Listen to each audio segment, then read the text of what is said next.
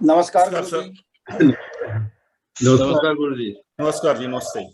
कल क्या क्या हो रही आ नहीं पाए आप? कृपा हो रही थी। कल आप आए नहीं कल की क्लास में? कल मुझे पता ही लेट लगा जी, 8:30 बजे देखा, 8:30 और 9 बजे। कल पता नहीं लगा। वैसे हमारी क्लास ना थर्सडे फ्राइडे बिल्कुल कंफर्म्ड है। हाँ, वो मुझे इसी का था ना जी कि थर्सडे फ्राइडे है तो फिर जी जी। तो मतलब मैं बहुत पर्टिकुलर हूँ कि अगर कभी कोई क्लास हमारी कैंसिल होगी तो उसको मैं ग्रुप में मैं मल्टीपल टाइम्स में उसको डलवाऊंगा। हाँ, मुझे पता है सर जी। मैं काफी इस बारे में पर्टिकुलर हूँ और कभी कोई अगर एक्स्ट्रा क्लास होगी तो मैं स्टूडेंट्स को उनके व्हाट्सएप मैसेजेस पे प्राइवेटली भी भेजता हूँ। हाँ, चलो कोई बात नहीं। तो चलिए, आपने वीडियो देख लिया होगा। हाँ, मैंने वीडियो देख लिया, मैं नोट्स। प्रणाम सर। बहुत आशीर्वाद आपको। अच्छा देखिए, आज हम करने जा रहे हैं इसमें हम पूरी तरह से के.एन. राव साहब को फॉलो करने जा रहे हैं। हमने जो है Indian council of astrological sciences में हमने डॉक्टर बीवी रमन के मेथड को फॉलो किया था, लेकिन उस मेथड को पाराशा लाइट ने नहीं फॉलो किया। के.एन. राव साहब की जो चढ़ दशा की किताब थी, वो किताब तो हमें भारतीय विद्या भवन में ही हमने खरीद ली थी, मुझे मिली नहीं वो। बहुत बहुत नमस्कार आपको। वो किताब जो है मुझे कल मिल गई थी, रात को ही ढूंढने पे मिल गई। तो मैंने देखा कि के.एन. राव साहब ने जो असल में क्या है कि जैमिनी ज्योतिष के अंदर चूंकि सूत्रों में सब कुछ लिखा हुआ है तो उसके इंटरप्रिटेशन के कुछ अखाड़े से बन गए हैं। अखाड़े का मतलब होता है कि जैसे पंडित संजय रथ का एक ने अपना ही एक मॉडिफाइड वर्जन बना दिया है। डॉक्टर बीवी रमन ने Indian council of astrological sciences की उन्होंने स्थापना की थी, तो उनका बीवी रमन साहब का अपना एक खुद का मेथड चल रहा था। इसी प्रकार से के.एन. राव साहब जिन्होंने कि करीब 50,000 कुंडलियों पे भारतीय विद्या भवन के डायरेक्टर के रूप में रिसर्च की थी अपने स्टूडेंट्स और अध्यापकों के द्वारा, तो उन्होंने जो चर दशाओं का कैलकुलेशन और अंतर दशाओं का प्रत्यंतर दशाओं का कैलकुलेशन का मेथड निकाला, वो सबसे ज्यादा कारगर क्यों हुआ? क्योंकि वो इवेंट्स के साथ में टैली करते हुए चले गए। तो इसका मतलब है कि बाय इवेंट्स उनको लगा कि ये मेथड सबसे ज्यादा कारगर है। तो आज के.एन. राव साहब के जो फॉलोवर्स हैं वो मैक्सिमम है। अब यहाँ पे आप लोगों को थोड़ा सा एक ये प्रॉब्लम बाद में आएगी कि मैं चूंकि क्लास को कंफ्यूजन में नहीं डालना चाहता, तो मैं इनका पंडित संजय रथ का या विस्टी लार्सन का इनका मैं नहीं मेथड्स अडॉप्ट करूंगा, लेकिन हाँ जो उन्होंने मोती दिए हैं राजयोगास के रूप में वो मैं पंडित संजय रथ के ही उससे पढ़ा लूंगा। इसी प्रकार से आयुर्दाह पे उन्होंने बहुत अच्छा काम किया है पंडित संजय रथ ने, तो आयुर्दाह का विषय जो है हम वहीं से उठाएंगे। के.एन. राव साहब ने आयुर्दाह पे उतना काम नहीं किया है, मतलब longevity of spouse, longevity of children, longevity of self, इसके ऊपर उतना काम नहीं किया है, तो हम मुझसे नहीं लेंगे। तो जहां से भी हमने चुनिंदा जहां से हमें मोती मिलेंगे वहां से हम उठा के इस क्लास को। अभी क्लास को एक आश्चर्य ये हो रहा होगा कि जो दशाएं जो हैं सॉफ्टवेयर में आ जाती हैं, तो उन दशाओं को इतना कैलकुलेशन आपको क्यों सिखाया जा रहा है? क्योंकि मेरा आपसे वादा क्या था? मेरा वादा था कि मैं आप लोगों को विद्वान बनाऊंगा अपने विषय में, और जब आप एक शिक्षक के रूप में मैं आपको डेवलप करने की कोशिश कर रहा हूं, तो एज ए शिक्षक और master of the subject, every one of you is suppose to know the roots of this subject. हर एक को ये मालूम होना चाहिए कि दशाओं का कैलकुलेशन कैसे होता है। कल को आप कुछ लोगों को आप ट्रेनिंग देंगे, सिखाएंगे जैमिनी ज्योतिष, क्योंकि आपको कुछ समय के बाद में ये बहुत भाने लगेगा। कुछ क्लासेस आगे निकलने पे आपको ये समझ में आ जाएगा कि सभी ज्योतिष की विधाओं में सबसे आसान प्रेडिक्टिव साइंस जो है वो जैमिनी की है। उस समय जब आप लोगों को पढ़ाएंगे, सिखाएंगे, तो उस समय अगर आपको कैलकुलेशंस के बारे में नहीं पता होगा तो फिर आपकी थोड़ी भत पिटने के चांस है। और उसमें ना गुरु का सबसे बड़ा अपमान होता है, क्योंकि जिस परंपरा से आप चलते हैं उस गुरुमुख की परंपरा पे भी एक बद्दा दाग लगता है कि आपको आपके गुरु ने सिखाया नहीं। तो आप थोड़ा पेशेंस रखें, इसलिए आपको ये कैलकुलेशन भी सिखाई जा रही है। और कैलकुलेशन इतने सुग्राही रूप से सिखाई जाएंगी, इतने बार बार सिखाई जाएंगी कि आप मन में कैलकुलेट कर पाएंगे। अब देखिए, हम विषय वस्तु को आगे बढ़ाते हैं। के.एन. राव साहब ने कहा है कि सव्य अपसव्य के को आप देखते हैं महादशा के कैलकुलेशन में, और जो ईयर ऑफ दशा के हैं उसके लिए आपने संपाद और विसंपाद या सव्य अपसव्य राशियों को देखना है। तो उन्होंने जो है ईयर ऑफ कैलकुलेशंस में तो कोई भी परिवर्तन नहीं किया है, जो मैंने आपको समझाया था उसी के अनुसार वो चले हैं।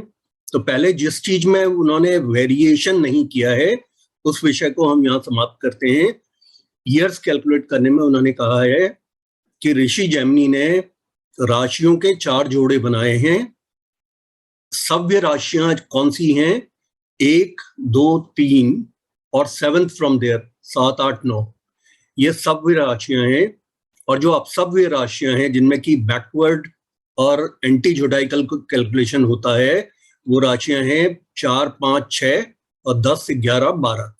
तो उन्होंने कहा कि जब आप दशा के ईयर्स कैलकुलेट करते हैं तब आपने उसी राशि पे फोकस करना है।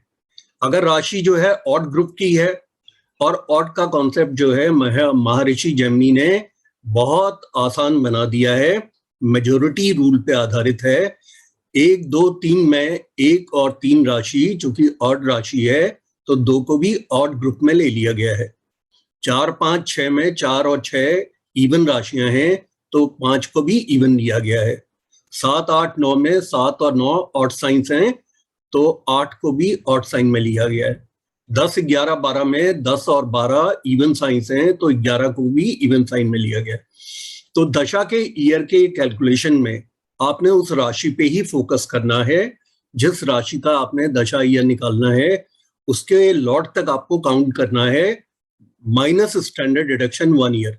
अब काउंट करने की जो परंपरा है वो आपको अब मालूम चल गई है कि ऑड राशियों का जो ग्रुप है उसके अंदर जोडाइकल काउंटिंग होती है। जोडाइकल काउंटिंग का मतलब है कि अगर वो राशि मेष है तो मेष के बाद में वृष आएगी, दूसरे भाव की आएगी, तीसरे भाव की आएगी, चौथे, पांचवें, छठे उनमें पड़ने वाली राशियों की आएगी, जैसे कि आप अमूमन कैलकुलेशन करते हैं।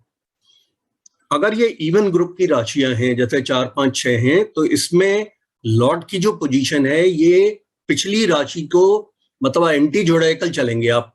यानी कहने का मतलब है कि पहले आप जो है 12वें भाव की राशि, फिर 11वें की, फिर 10वें की, 9वें की, 8वें की, 7वें की, इस तरीके से एंटी जोडाइकल आप काउंट करेंगे। अगर आपको उस राशि को देखकर अगर आपको एंटी जोडाइकल नहीं समझ में आ रहा है तो उस राशि को आप लग्नवत कर लीजिएगा। अगर आपने लग्नवत कर लिया तो आपको दशा के ईयर्स कैलकुलेट करने में आसानी होगी। दूसरी बात उन्होंने कहा है कि ड्यूअल लॉर्डशिप के केस में थोड़ा आपको समझने की जरूरत है। एक तो इसके पूर्व में उन्होंने कहा है जिस राशि का स्वामी राशि में बैठेगा तो राशि को 12 वर्ष की दशा मिलेगी विदाउट एनी स्टैंडर्ड डिडक्शन, यानी उसमें स्टैंडर्ड डिडक्शन 1 वर्ष का नहीं होगा। जो तीसरी बात उन्होंने बोली थी वो ये है कि ड्यूअल लॉर्डशिप की 2 राशियां हैं, एक है स्कॉर्पियो, दूसरी है कुंभ राशि, जिनके स्कॉर्पियो के राशि के 2 लॉर्ड्स हैं केतु और मंगल, और कुंभ राशि के 2 लॉर्ड्स हैं शनि और राहु। तो अगर ये दोनों के दोनों लॉर्ड्स केतु और मंगल अगर राशि पे ही बैठे हैं, यानी कि स्कॉर्पियो या वृश्चिक राशि पे बैठे हैं, तो दशा के वर्ष होंगे 12 वर्ष, कोई स्टैंडर्ड डिडक्शन नहीं होगा। दूसरी बात उन्होंने कही है अगर ये दोनों ही स्वामी अन्यथा बैठे हों, किसी दूसरी राशि पे बैठे हों, यानी कि अगर वो जो है स्कॉर्पियो पे नहीं बैठे, वो अगर बैठे हैं सपोज मकर राशि में बैठे हैं दोनों ही, तो आपने स्कॉर्पियो राशि आप जानते हैं 7, 8, 9 ये ऑड ग्रुप की राशि है, तो आपको जोडाइकल काउंटिंग करनी है, मतलब जोडाइकल ऑर्डर की।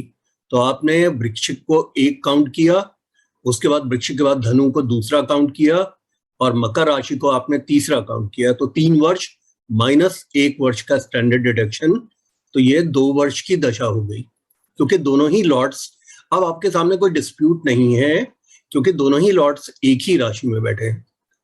अब डिस्प्यूट कहाँ आता है? जब ये जो दोनों लॉर्ड्स अन्यथा दूसरी राशियों में बैठे होते हैं, तो उसमें उन्होंने कहा इसका निर्धारण कैसे होगा कि इसके पहले उन्होंने ये कहा कि इनमें से एक लॉर्ड अगर राशि में बैठा है, सपोज मंगल अगर वृश्चिक राशि में बैठा है, तो उन्होंने कहा इग्नोर मार्स, मतलब आपने मंगल को भूल जाना है, आपने केतु को देखना है जो कि अन्यथा की राशि में बैठे हैं, वहां तक आपने काउंट करना है।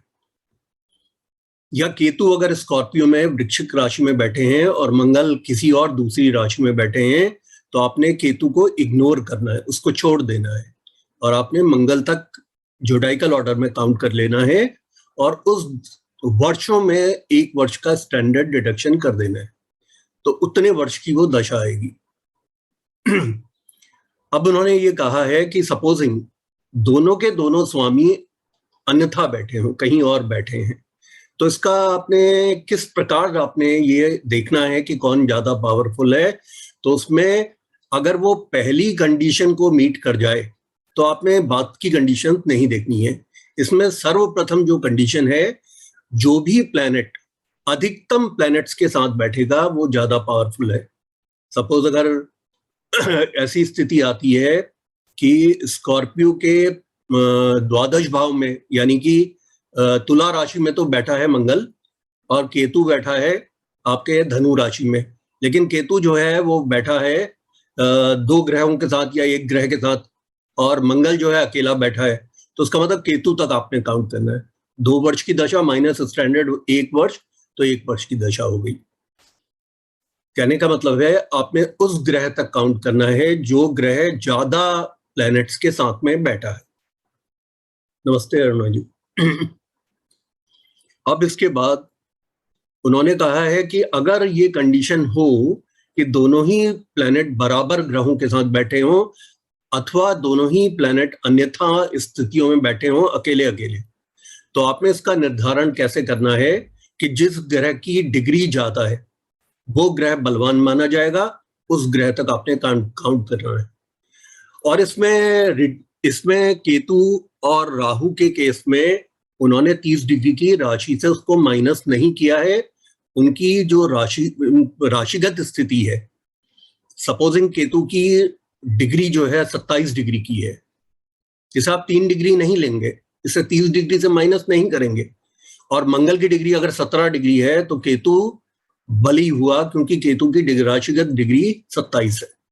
यहाँ पे आप लोग कंफ्यूज मत होइएगा, चार कारकों के निर्धारण में नियम दूसरा चलता है, क्योंकि चार कारकों में अगर कभी 2 कारक एक स्थिति में आ जाते हैं, बराबर की डिग्री, बराबर के मिनट और बराबर के सेकंड में, सपोज 2-4 कारक अगर मातृ कारक बन जाते हैं, तो जो उन्होंने कहा था सप्तावाम अष्टावाम वाह, इसका मतलब है कि जो अगर इस तरह की मतभेद की स्थिति आएगी तो 8 कारक आपको लेने होंगे। उस समय राहु को लिया जाता है 4 कारकों में, और राहु की जो डिग्री होती है राशिगत, उसको 30 डिग्री की राशि से माइनस किया जाता है, और जहां पे भी अप्रोप्रिएट जगह पे वो फिट होते हैं वहां पे उनको फिट कर दिया जाता है। यानी कि अगर वो सबसे कम डिग्री के आ गए 30 डिग्री से माइनस करके, तो आपने उनको जो है दारा कारक में फिट कर देना है। और अगर वो डिग्रीज में अगर वो मातृ कारक की स्थिति में आ रहे हैं तो मातृ कारक की जगह पे वो फिट हो जाएंगे। वो डिग्री के डिसेंडिंग ऑर्डर में आपको मालूम है, आत्मकारक सर्वथा सबसे ज्यादा डिग्री का प्लेनेट है, और मातृकारक उसके बाद, फिर मातृ कारक, फिर मातृ कारक, फिर पुत्र कारक, फिर ज्ञाति कारक, उसके बाद दारा कारक। ये तो रही दशा के वर्षों के कैलकुलेशन की बात, जिसमें के.एन. राव साहब ने कोई परिवर्तन नहीं किया है। लेकिन बी.वी. रमन साहब से जहां पे उन्होंने थोड़ा सा डिटोर लिया है, यानी कि उन्होंने एक मोड़ लिया है, वो मोड़ ये लिया है कि उन्होंने कहा है कि महादशा की कैलकुलेशन नवम भाव की राशि के सव्य अपसव्य पर आधारित होती है।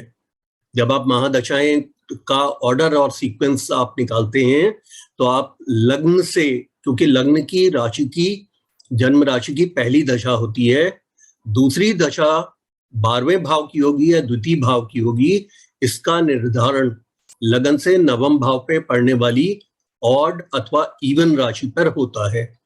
अगर राशि ऑड पड़ती है यानी कि 1, 2, 3, 7, 8, 9 अगर राशियां पड़ती हैं नवम भाव में, तो ऐसे लगन के केस में आपका जोडाइकल काउंटिंग का दशा के सीक्वेंस चलेगा। कहने का मतलब है कि पहली दशा जन्म राशि की, दूसरी दशा चलेगी द्वितीय भाव की, तीसरी चलेगी तृतीय भाव की में पड़ने वाली राशि की, और चौथी चलेगी चौथे भाव में पड़ने वाली राशि की, सो ऑन सो फोर्थ। अब अगर यहाँ पे लगन से नवम भाव में अब सब ये ग्रुप आ गया, यानी कि इवन साइंस आ गए, जैसे कि 4, 5, 6 और 10, 11, 12, तो ऐसे में जो दशा का सीक्वेंस चलेगा वो लगन की पहली दशा के बाद में दूसरी जो दशा आएगी वो 12वें भाव की आएगी, तीसरी दशा 11वें भाव की आएगी, चौथी दशा 10वें भाव की होगी, पांचवी दशा 9वें भाव की होगी, सो एंड सो फोर्थ। यहां तक कोई कंफ्यूजन नहीं होना चाहिए। अब हमें जो है अंतरदशा के वर्षों के सीक्वेंस को समझना है। तो उन्होंने कहा है कि अंतरदशा को भी, जब आप अंतरदशा निकालना चाहते हैं किसी भी महादशा का, तो उस महादशा को आप लग्नवत कर लें।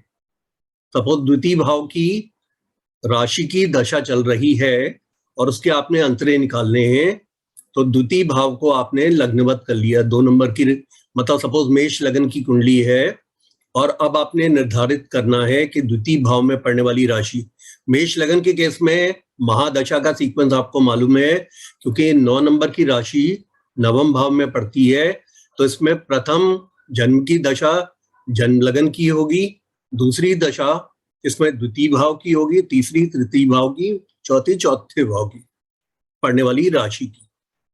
अब सपोज आपने द्वितीय भाव में पड़ने वाली वृष राशि की के अंतरे निकालने हैं, तो आपको ये मालूम है कि जो दशा वर्ष आपका वृष राशि का निकलेगा उतने ही माह की उसकी का अंतरा होगा।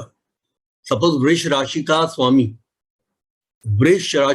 सपोज अगर आपको मालूम है 1, 2, 3 जो 8 साइंस हैं, वृष राशि का स्वामी कर्क में बैठा है, तो वृष राशि 1, मिथुन राशि 2, कर्क राशि 3 माइनस स्टैंडर्ड डिडक्शन, तो 2 वर्ष की हो गई दशा। अब इसका मतलब है कि प्रत्येक अंतरा इसमें 2-2 महीने का होगा। अब आपने इसमें ऑर्डर ऑफ अंतरा किस तरह चलेगा इसका निर्धारण करना है। जगदीश नंदन साहब, मैं अभी आपको कुंडली में भी समझाऊंगा, पहले मैं वैसे बता देता हूं।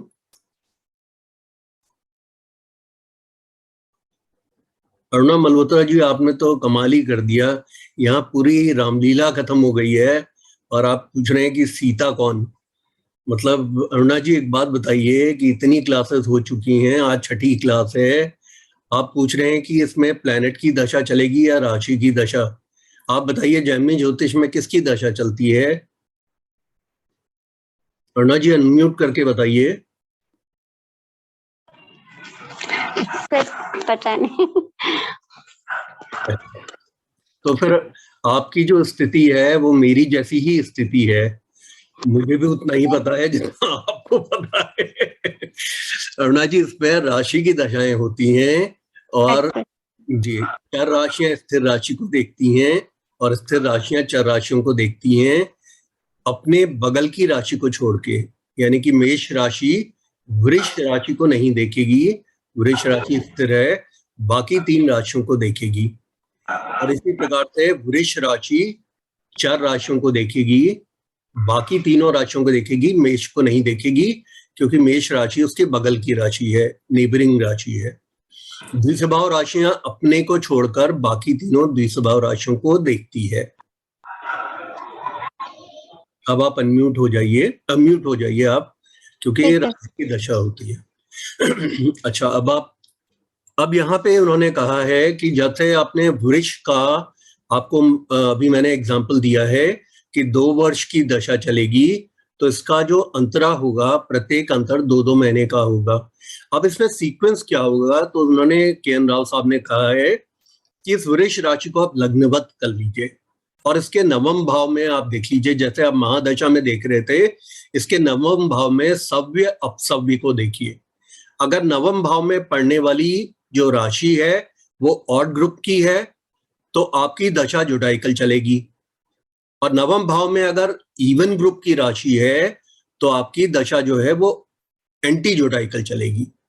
उन्होंने इसको बहुत आसान कर दिया। उन्होंने कहा जैसे महादशा को देखते हैं उसी तरीके से आपने अंतरे को देखना है, उसी तरीके से आपने प्रत्यंतर को देखना है।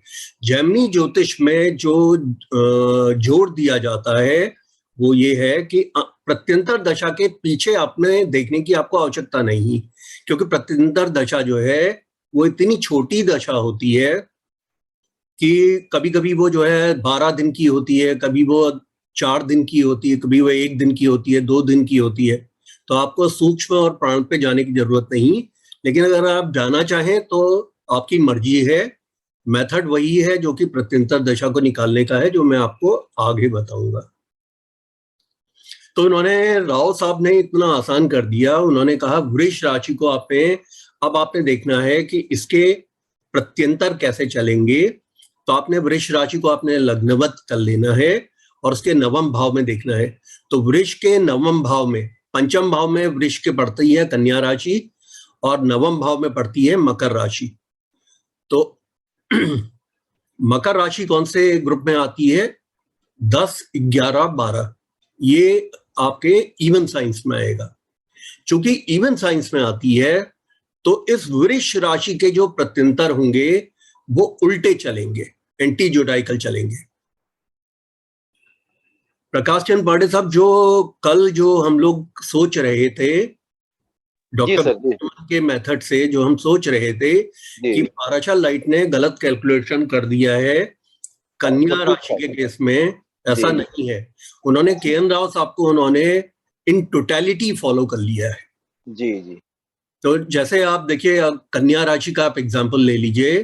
कन्या का स्वामी, अगर कन्या राशि का स्वामी सपोजिंग तुला में बैठा है, कन्या राशि जो है कौन सी है? 4, 5, 6 इवन साइन है। तो इसका मतलब इसमें उल्टी काउंटिंग होगी। जी जी। तो इसका मतलब है ये 12 वर्ष की दशा हुई माइनस स्टैंडर्ड 1 ईयर, तो 11 वर्ष की दशा हो गई अगर ये तुला में बैठे हैं तो इनके स्वामी। तो इनके जो वो चलेंगे प्रत्यंतर, जिनके जो अंतरे चलेंगे वो 11 महीनों के चलेंगे। अब इसका सीक्वेंस निकालने के लिए आपने क्या करना है कि कन्या राशि को लग्नवत कर लेना है।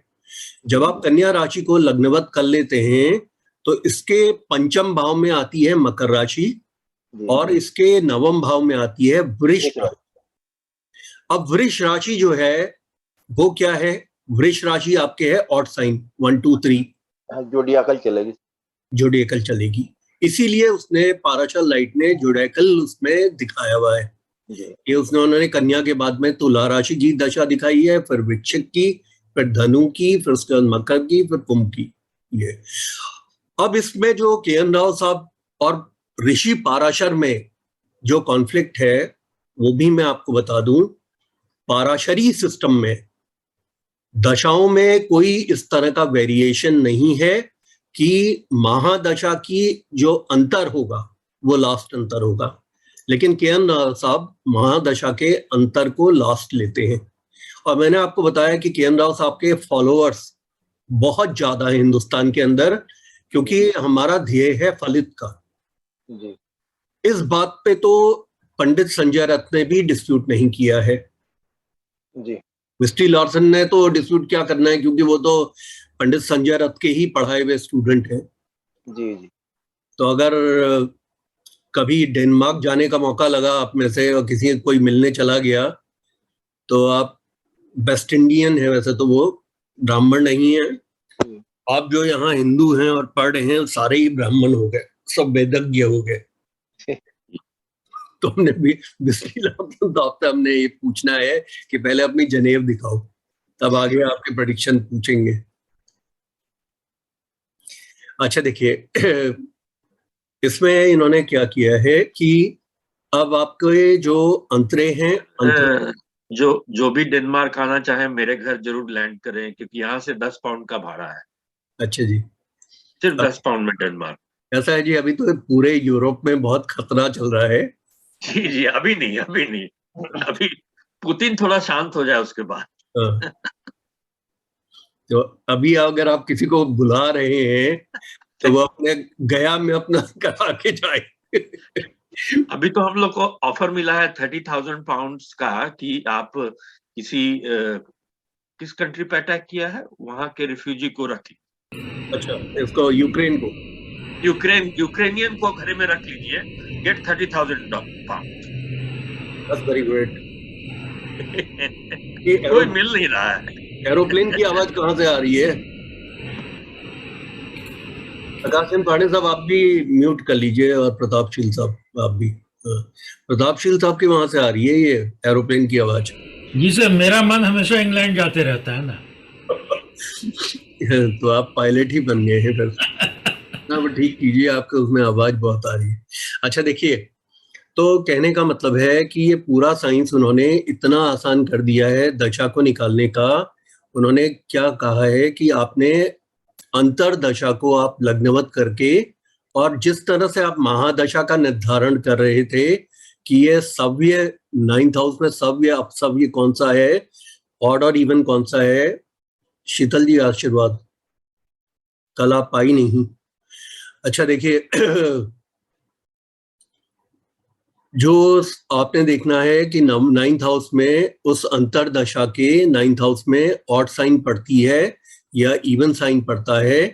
अगर इवन साइन पड़ेगा तो इसका मतलब दशा का जो प्रारूप होगा उस अंतरदशा के प्रत्यंतर का, वो सारे प्रत्यंतर जो हैं वो बैकवर्ड मूवमेंट में चलेंगे, यानी जोडाइकल ऑर्डर से उल्टे चलेंगे। और अगर उसमें ऑड साइन होगा 9th हाउस में तो फिर वो सारे के सारे फॉरवर्ड मूवमेंट में जोडाइकल ऑर्डर के साथ चलेंगे। और यही नियम उन्होंने कहा प्रत्यंतर दशा से सूक्ष्म अंतर निकालते समय भी आप कर सकते हैं, लेकिन के.एन. राव साहब के मत के अनुसार प्रत्यंतर दशा का ही बोध हो जाने से आप बहुत एक्यूरेट प्रेडिक्शंस कर पाएंगे, आपको सूक्ष्म अंतर तक जाने की आवश्यकता नहीं है। अब देखिए उन्होंने कैलकुलेशन इसमें कैसे किया है। अंतरदशा में तो आपको कुछ कैलकुलेट करना ही नहीं है। महादशा का जो अंतरा है, महादशा जितने वर्ष की है उतने ही एग्जैक्टली मंथ की अंतरदशा है। तो यहाँ तो इट इज कैलकुलेशन फ्री, मतलब आपने उसको ईयर्स के बदले मंथ लिख देना है उतना। 12 वर्ष की दशा है तो 12 महीने की का अंतरा है, 11 वर्ष की दशा है तो 11 माह का अंतरा है, 10 वर्ष की दशा है तो 10 वर्ष का अंतरा है। अब प्रत्यंतर दशा को निकालने के लिए उन्होंने एक मेथड दिया है।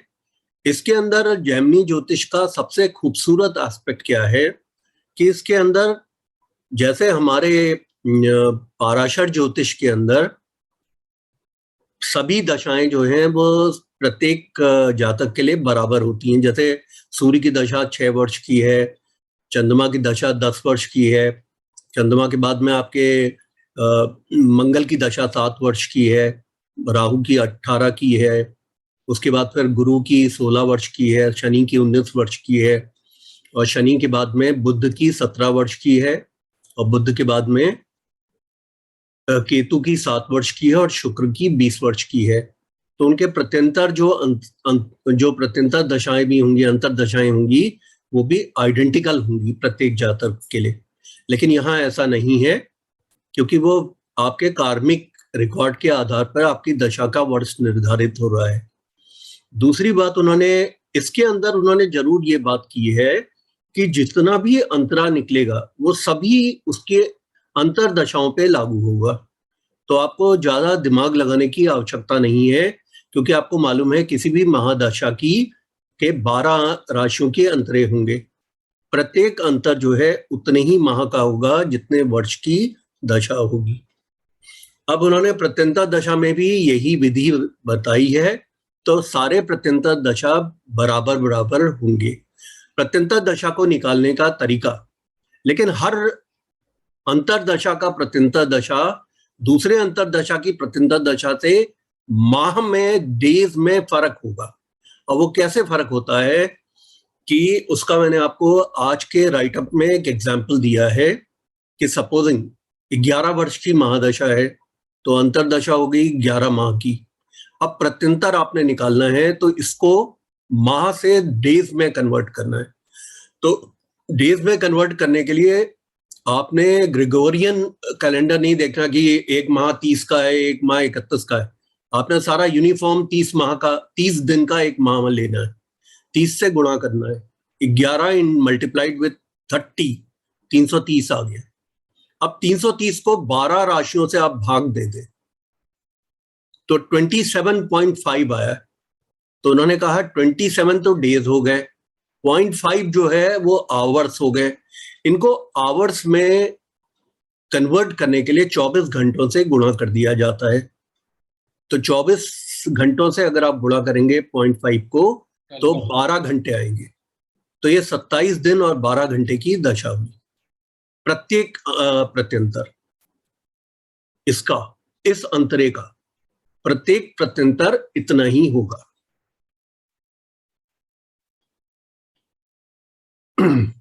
बहुत आसान सिस्टम बना दिया है उन्होंने। और चूंकि 12 से आपने भाग दिया तो आप खुद ही समझ गए कि प्रत्येक प्रत्यंतर 1/12 है। तो इसका मतलब है सारे प्रत्यंतरों का जब जोड़ आप करेंगे तो वो क्या होगा, पूरा 12 हो जाएगा, बिल्कुल बराबर हो गया। और इसी प्रकार से सूक्ष्मांतर को उन्होंने कैलकुलेट करना नहीं बताया, क्योंकि उसका एक रीजन भी है कि उसका कारण है वो कुछ घंटों से में ही आता है और ये बहुत छोटा अंतरा चला जाता है। तो उन्होंने कहा उसकी आवश्यकता नहीं है। आपको कोई भी प्रेडिक्शन आपने करना है वो प्रेडिक्शन आपका उसी से हो जाएगा। अच्छा, अब ये तो रही कैलकुलेशन की बात। अब इसको हम जो है कुंडली पे भी कैलकुलेट करके देख लेते हैं।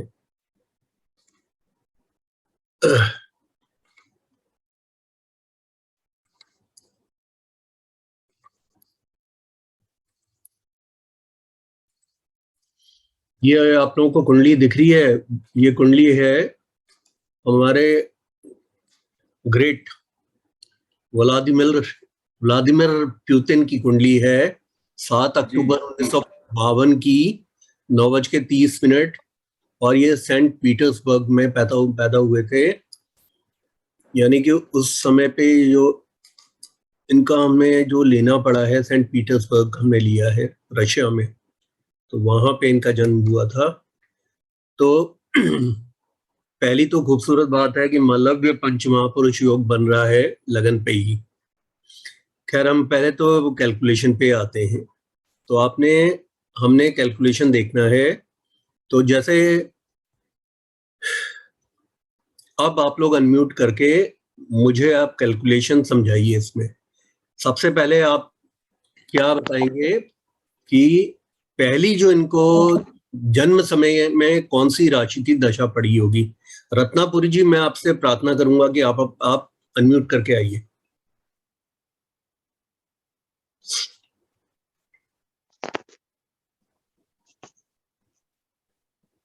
सर, आज मैं बस क्लास ले रही हूँ। आज ही मेरी वो हुई है, क्या कहते हैं, कान की सर्जरी हुई है। बस मैं सुनने आ गई हूँ। क्या हुआ? दिमाग नहीं चलेगा। वो ईयरिंग वाली जगह है, वो थोड़ा होल पड़ा था तो उसी का करवा के आई हूँ। नहीं, पहले आप अपना ध्यान रखिए। कोई बात नहीं। जगदीश नंद साहब, आप अनम्यूट करिए। आप जगदीश नंद साहब ये बताइए कि नमस्कार। नमस्ते जी। ऐसा है, ये व्लादिमीर पुतिन साहब को जन्म में कौन सी दशा पड़नी चाहिए? सर, इसके अनुसार ये 6, 7, 8 ये जो है इवन साइन की आ गई। इवन साइन की राशियों के अंदर एक मिनट आप ना एक से गिनिए। 1, 2, 3 ऑड साइंस होते हैं।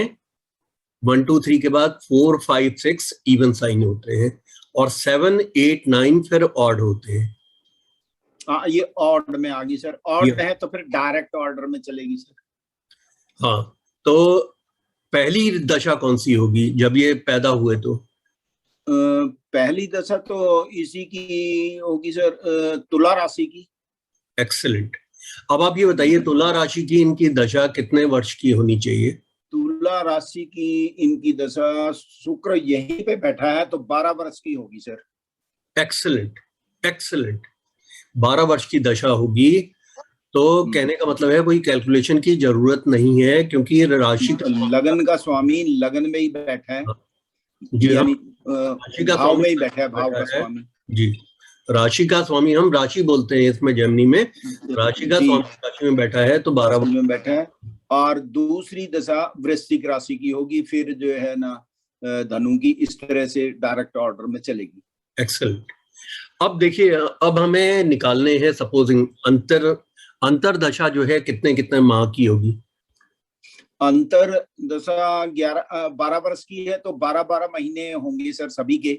एक्सेलेंट, 12 माह की होगी। और प्रत्यंतर दशा इसमें 360 दिन वो आ जाएंगे, 360 को फिर 12 से भाग दे देंगे सर, लगभग 30 दिन के एक ही महीना आ गया। उसमें 27.5 दिन थे, 11 जो आपने कैलकुलेशन भेजी थी, और इसमें पूरे 30 दिन हो जाएंगे।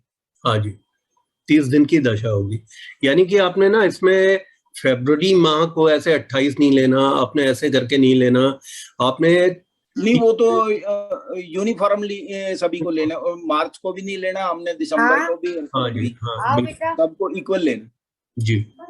और बड़ी को खाना दे दिया है, भैया के कमरे में बंद है। अरे वसुंधरा, इसको म्यूट कर। सॉरी। अच्छा, देखिए आपने बहुत अच्छा बताया। अब हम जो सर ये आप इतना एक्सप्लेन करते हो ना, आप ये कुंडली रख लो, कुंडली से ही पूछो, कुंडली से ही बताओ, जो उसमें बहुत सिंपल हो जाता है हम लोगों को समझने में भी और समझाने में भी। आपको बोलना बहुत कम पड़ेगा, नहीं तो आपके साथ आज मैं आप ही को फॉलो कर रहा हूँ जगदीश नैन साहब। क्या होता है कि रिपीट बोलने से जो भी छात्र होते हैं ना, उनको याद हो जाता है रिपीटिशन से, क्योंकि इसके नहीं बाद वो तो ठीक है, लेकिन इसमें जो मेरे जैसे इस तरह नालायक बच्चे को आगे खड़ा कर दो, उसको नहीं आएगा तो फिर आप बताओगे तो 2-4 दफे फिर सबको पता चल जाएगा। ठीक है जी, आपने जो वीटो कर दिया तो वो मान्य है। अच्छा, अब आप ये मुझे बताइए जगदीश नैन साहब जी, कि वृश्चिक राशि की अगर हमने प्रत्यंतर निकालने हैं तो इसके प्रत्यंतर किस तरीके से निकलेंगे? ये तो आपने बता दिया कि प्रत्यंतर, पहले तो आप ये बताइए कि वृश्चिक राशि की दशा कितने वर्ष की होगी। वृश्चिक के 2 लॉर्ड्स हैं, मंगल और केतु, तो आपने ये करना है। दोनों अलग अलग बैठे हैं सर, दोनों अलग अलग बैठे हैं। तो पहली बात तो ये 7, 8, 9 के क्रम के अंदर आई, तो ये मतलब हो गई ऑड साइन में। बिल्कुल, तो ऑड साइन की जोडाइकल काउंटिंग होगी। इसकी डायरेक्ट ऑर्डर में इसकी काउंटिंग होगी। अब तो आपको डिग्री बता देता हूँ प्लैनेट्स की। मंगल की डिग्री है 3 डिग्री किस मिनट, और केतु की डिग्री है 26। ये बर्थ चार्ट, जहाँ पे ये बर्थ चार्ट है इसके नीचे ये दिख रहा है सर, 26:47 है इसकी डिग्री, 26 डिग्री 47 मिनट केतु की। हाँ 26:47 है, तो केतु ज्यादा मजबूत है सर, मंगल कमजोर है। हाँ, तो इसकी दशा वर्ष निकालिए। दशा वर्ष इसकी आ गई केतु की 9th हाउस में आ गया, 9th में से 1 घटा दिया सर, 8 रह गए। एक्सीलेंट, आप तो बहुत, बताओ, आप तो टॉप कर रहे हैं क्लास में, बहुत अच्छा। नहीं सर 8 वर्ष मुझे इस तरह से ज्यादा पता चलता है सर, कुंडली को सामने रखो और उसमें से पूछो। जी ठीक है। अब आप मुझे ये बताइए कि इस दशा के इसके दशा वर्ष तो आपको मालूम चल गए वृश्चिक राशि के, और इसका मतलब इसके अंतरे कितने माह के होंगे? अंतरे जितने वर्ष है उतने ही मास हो गया गुरुजी। हाँ, तो 8 वर्ष है तो 8 माह हो गए, अंतरे हो गए, और उसको 8 को 30 से मल्टीप्लाई करके वो आ जाएंगे 30, 240 को फिर 12 से भाग दे दो, 20 दिन हो गए। 20 दिन हो गए एग्जैक्ट। 20 डेज आ गए। इसके प्रत्यंतर पड़ेंगे। अब आप मुझे जी। बताइए कि प्रत्यंतर का ऑर्डर क्या चलेगा, वो आप कैसे निर्धारित करेंगे?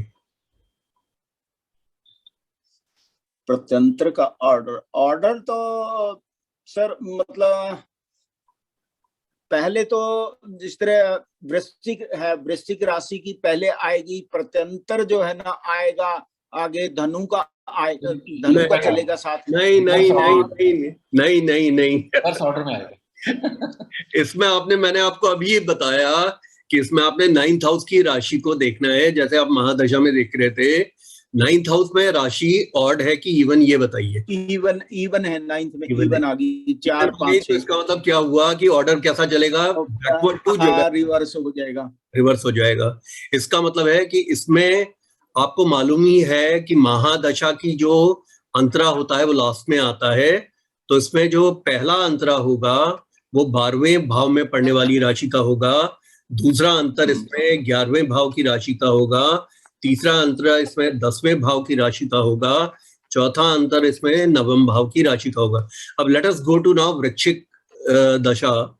इनकी वृश्चिक राशि की दशा पे इन्होंने क्या दिखाया है, ये 7 अक्टूबर 1964 में ये दशा आई है इनको। और आप देखिए इस दशा के जो अंतरे हैं वो 8-8 माह के होंगे। तो आप देख रहे हैं कि अक्टूबर में आई और जून में समाप्त हुआ, तो अक्टूबर से आप लगाइए 2 माह हो गए वहां के 64 के, और 6 ये आगे हो गए, 6 आगे हो गए। अब देखिए कि जब आप इसमें ऑर्डर देख रहे हैं तो आप क्या ऑर्डर देख रहे हैं? स्कॉर्पियो के बाद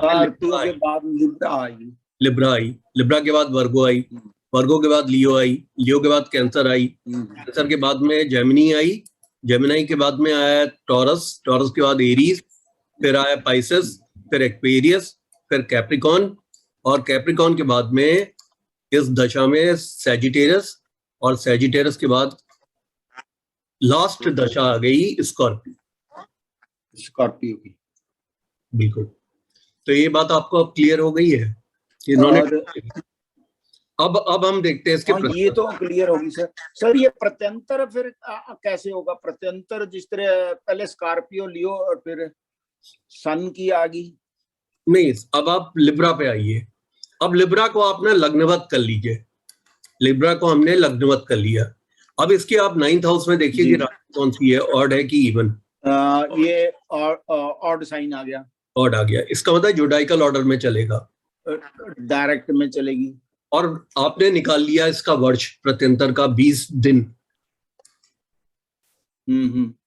तो आप देखिए पहली दशा कौन सी आई? स्कॉर्पियो की,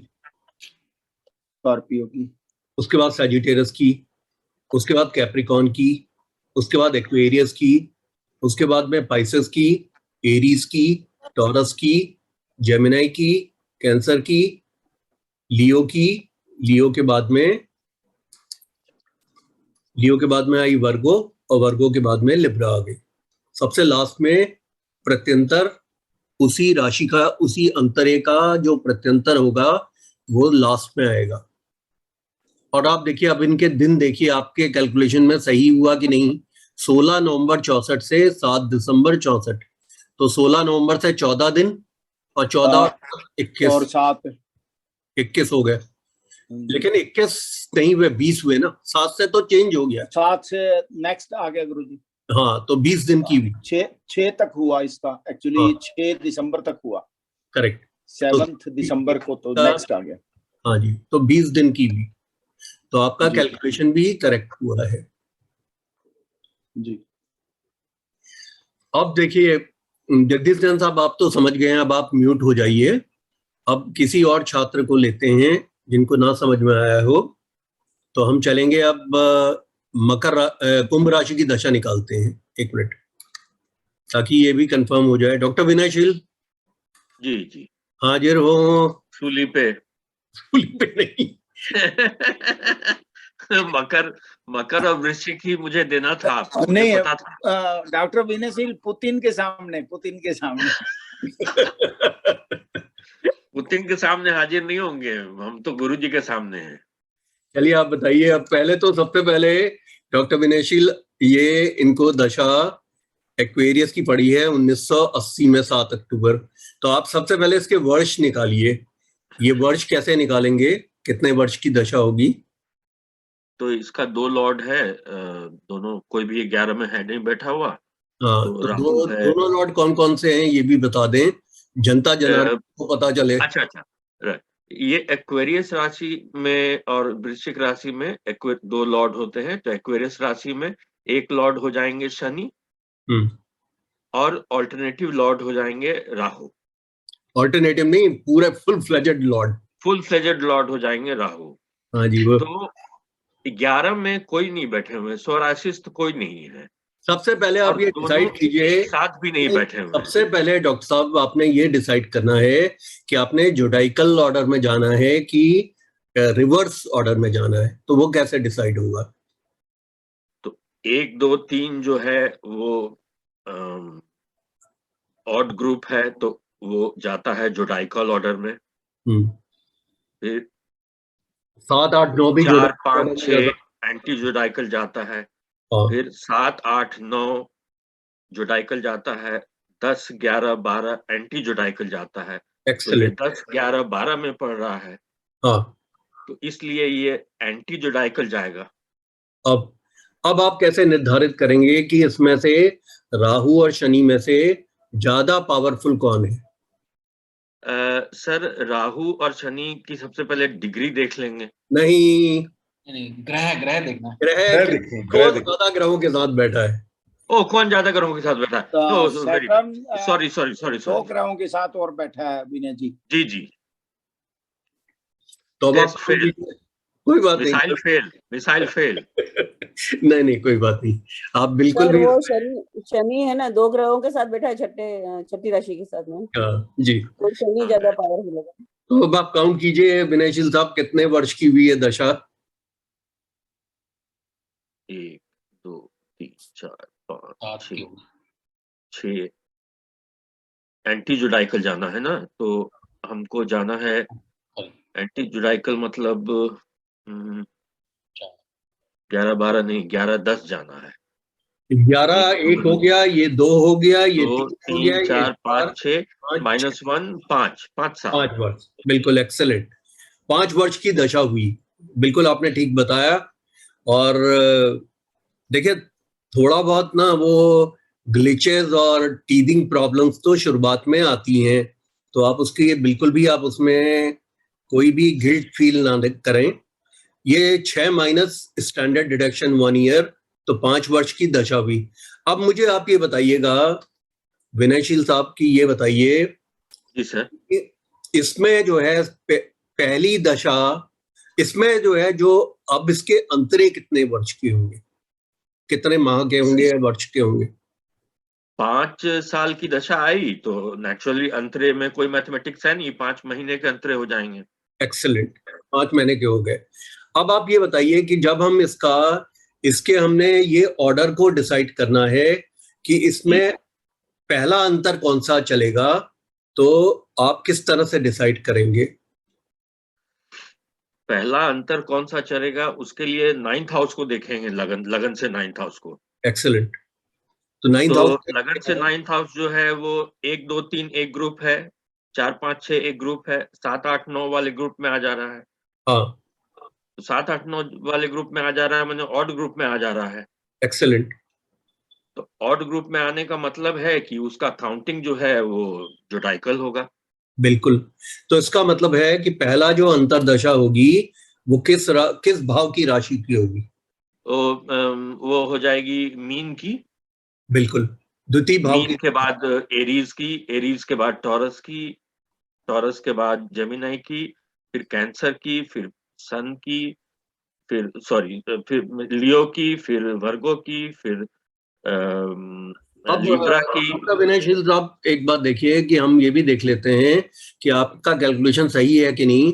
एक्वेरियस की दशा जो है 7 अक्टूबर 80 में शुरू हुई, 7 अक्टूबर 85 में समाप्त हुई। इसका मतलब दशा के वर्ष 5 वर्ष थे, तो आपने कैलकुलेशन सही किया है। ठीक है। अब हमने देखना है कि जो अंतर का जो ऑर्डर है वो क्या है। तो आपने वो अंतर का ऑर्डर भी बिल्कुल ठीक कैलकुलेट किया है क्योंकि जो पहला अंतरा है वो द्वितीय भाव की राशि का है, दूसरा अंतर तृतीय भाव की राशि का है, चौथा अंतर चौथे भाव की राशि का है, यानी कि आप जोडाइकल ऑर्डर में चल रहा है। ये बिल्कुल ठीक है। अब आपने ये बताना है कि आपने ये बताया था कि जो अंतरे होंगे वो 5-5 माह के होंगे, तो हमने देखना है, आप देखिए 7 अक्टूबर 80 से 2 माह तो 80 के हो गए और 3 माह 81 के हो गए, तो 5 माह के हो गए। ये आपने बिल्कुल निकाला, परफेक्ट है। बैठ रहा है मतलब पराशर लाइट राव साहब को ही फॉलो कर रहा है। हाँ जी हाँ, थैंक यू सर। अच्छा, अब मैं आपसे ये कहूंगा कि आपने एक प्रत्यंतर का आपने निकालना है, अंतरदशा का प्रत्यंतर। तो सबसे पहले आप जो है मीन राशि के प्रत्यंतर का आप ऑर्डर निकालिए। आप ये तो निर्धारित कर चुके हैं कि प्रत्येक जो अंतरा है वो 5 माह का है, तो अब प्रत्यंतर कितने दिन का होगा वो कैसे निकालेंगे? 5 माह को गुना कर देना है किसी चीज से, 30 डेज। और मैं बता दूं 30 डेज से। अच्छा, 5 माह को 30 डेज से गुना करके देना है, तो 5 × 15 150 दिन जी। उसको भाग दे देना है 12 से। 12.5 दिन हो गए। 12.5 12.5 दिन, 12 दिन 12 और आधा दिन, 12 दिन 12 घंटा। आपने 150 को आपने 12 से भाग दिया, तो 12 144 बचा 0.6 को 24 से आपने गुणा किया, तो 6 चौके 24, 2 6 दूनी 12, 14 हो गया सर। 12.5 12.5 हुआ ना, तो 0.5 को आपने 24 से गुणा करना है, तो 12 का मतलब ही हो गया 12 घंटा। 12 का मतलब ही हो गया 12 घंटा। ठीक है, तो इसका मतलब है कि ये दशा के जो दिन होंगे प्रत्यंतर दशा के, वो आपने निकाले हैं। कितने निकाले? 12 दिन और 12 घंटे, 12.5 दिन। बिल्कुल। अब आप ये बताइए कि पाइसेस में जो प्रत्यंतर आएगा, पहला प्रत्यंतर किसका होगा? सर पाइसेस को लग्नवत कर लेंगे, कर लिया, फिर नवम भाव को देखेंगे। तो 1 2 3 4 5 6 7 8 9, तो 7 8 9 में 2 आ जाते हैं ऑड, 2 ऑड आ जाते हैं, इसलिए 8 को भी ऑड मान लेंगे। करेक्ट। तो इसको ऑड ग्रुप मान लेंगे। अब ऑड ग्रुप जब आ जाएगी तो काउंटिंग जोडाइकल होगी। एक्सीलेंट। तो इसका मतलब आप ये कहना चाह रहे हैं कि जब पाइसेस का जो पहला प्रत्यंतर होगा वो किस भाव की राशि का होगा? वो जोडाइकल हो जाएगा, नॉर्मल जैसे हम लोग काउंट करते आए हैं बचपन तो से। आप ये कहना चाह रहे हैं कि द्वितीय भाव की राशि का। एरीज टॉरस, उसके अब बाद इसको देख लेते हैं। देखिए एरीज आ गया, एरीज टॉरस जेमिनी कैंसर लियो। बिल्कुल बिल्कुल बिल्कुल। और आप देखिए कि ये जो है इन्होंने कितने दिन का लिया है, 7 अक्टूबर 80 से 19 अक्टूबर 80, कितना हुआ? 12 दिन। अब इन्होंने 12 घंटों को क्यों छोड़ा है पाराशर लाइट ने? क्योंकि के.एन. राव साहब ने भी छोड़ दिया है। वो कहते हैं अपना सर मत खपाओ, 12 घंटों को देखकर अपना सर मत खपाओ। तो उन्होंने भी 12 दिन को ही ले लिया है। उन्होंने कहा कि तुमको तो प्रेडिक्शन से मतलब है, फलिस से मतलब है। अब तुम घंटों में अगर चले जाओगे तो आपका कैलकुलेशन बहुत क्लाइंट भगा देंगे। तारीख का हो जाएगा ना, तारीख तो वही रहेगी। एक बार 12 ले लेंगे, एक बार 13 ले लेंगे। ये भी अच्छा है, ये भी अच्छा है, बढ़िया है। क्या ऐसा किया है इन्होंने? 19 से देखिए एक लिया है, तो 19 से हो गए कितने दिन हो गए? 30 माइनस 19 कितना हुआ? 6 माइनस 13 दिन हो गए। 19 और नहीं 12 ही हुए। हाँ 11 और 12 दिन, 12 दिन हो रहे हैं। 30 से अगर 20 घटाते तो 10 होते, तो 11 दिन हो गए। ये 11 और 12 दिन, 12 दिन हो गए। ठीक है, ये आगे गुरुजी नेक्स्ट वाले में कर दिया, वो 13 दिन कर दिया। नेक्स्ट में 13 कर दिया। ये कर दिया। एक नवंबर को था, फिर 14 12 और 12 जुड़ गए ना, तो एक दिन बढ़ गया। या 13 में 13 कर दिया। 12 घंटे 24 घंटे हो गए ना, एक दिन हो गया। हाँ, उन्होंने उसको फिट कर दिया है, इसका कोई फर्क भी उनको नहीं पड़ता क्योंकि जब अगर आपने प्रेडिक्शन किसी को किया कि इतनी तारीख को ये घटना होगी और उसके एक दिन पहले हो गई, वो तब भी आपके चरण छूते जाएगा, चरण छुएगा। नेक्स्ट फिर 26 में वो भी वो आ गया 9 और 4 13 ही ले लिए इसमें भी। गुरुजी मेरा बुध तो पास हो गया, अष्टम बुध मेरा पास हो गया। आपको मतलब डिस्टिंक्शन नहीं आया लेकिन मतलब पास हो गया। असल में पास तो हो गया क्योंकि आपने वाराणसी ज्योतिष केंद्र बनाया है, वहां से तो इंटरकॉन्टिनेंटल बैलिस्टिक मिसाइल ही पहुंचती वारिंगटन तक, और भारत तो नॉन अलाइंड है, आप जानते हैं। अच्छा देखिए, अब हम फिर काम की बात करते हैं। गायत्री महेश्वरी जी मेष राशि की, मेरे को नहीं आता कुछ भी। नहीं कोई बात नहीं, असल में आप समझिए कि जो भी इसमें फेल होगा वो मेरी स्थिति में आ जाएगा, क्योंकि मैं उसे अब समकक्ष मानूंगा। अच्छा, ये मेष राशि है। हाँ। एक का, हाँ मेष राशि है, एक है तो 1 2 3, तो 2 और 3 दोनों वो है तो ओड आ जाएगा। हाँ। ओड आ जाएगा तो अपने को वो चलना है, पर कहाँ जाना है वो नहीं पता है, अब ये नहीं पता चल रहा मुझे। इसका स्वामी कौन है मेष का?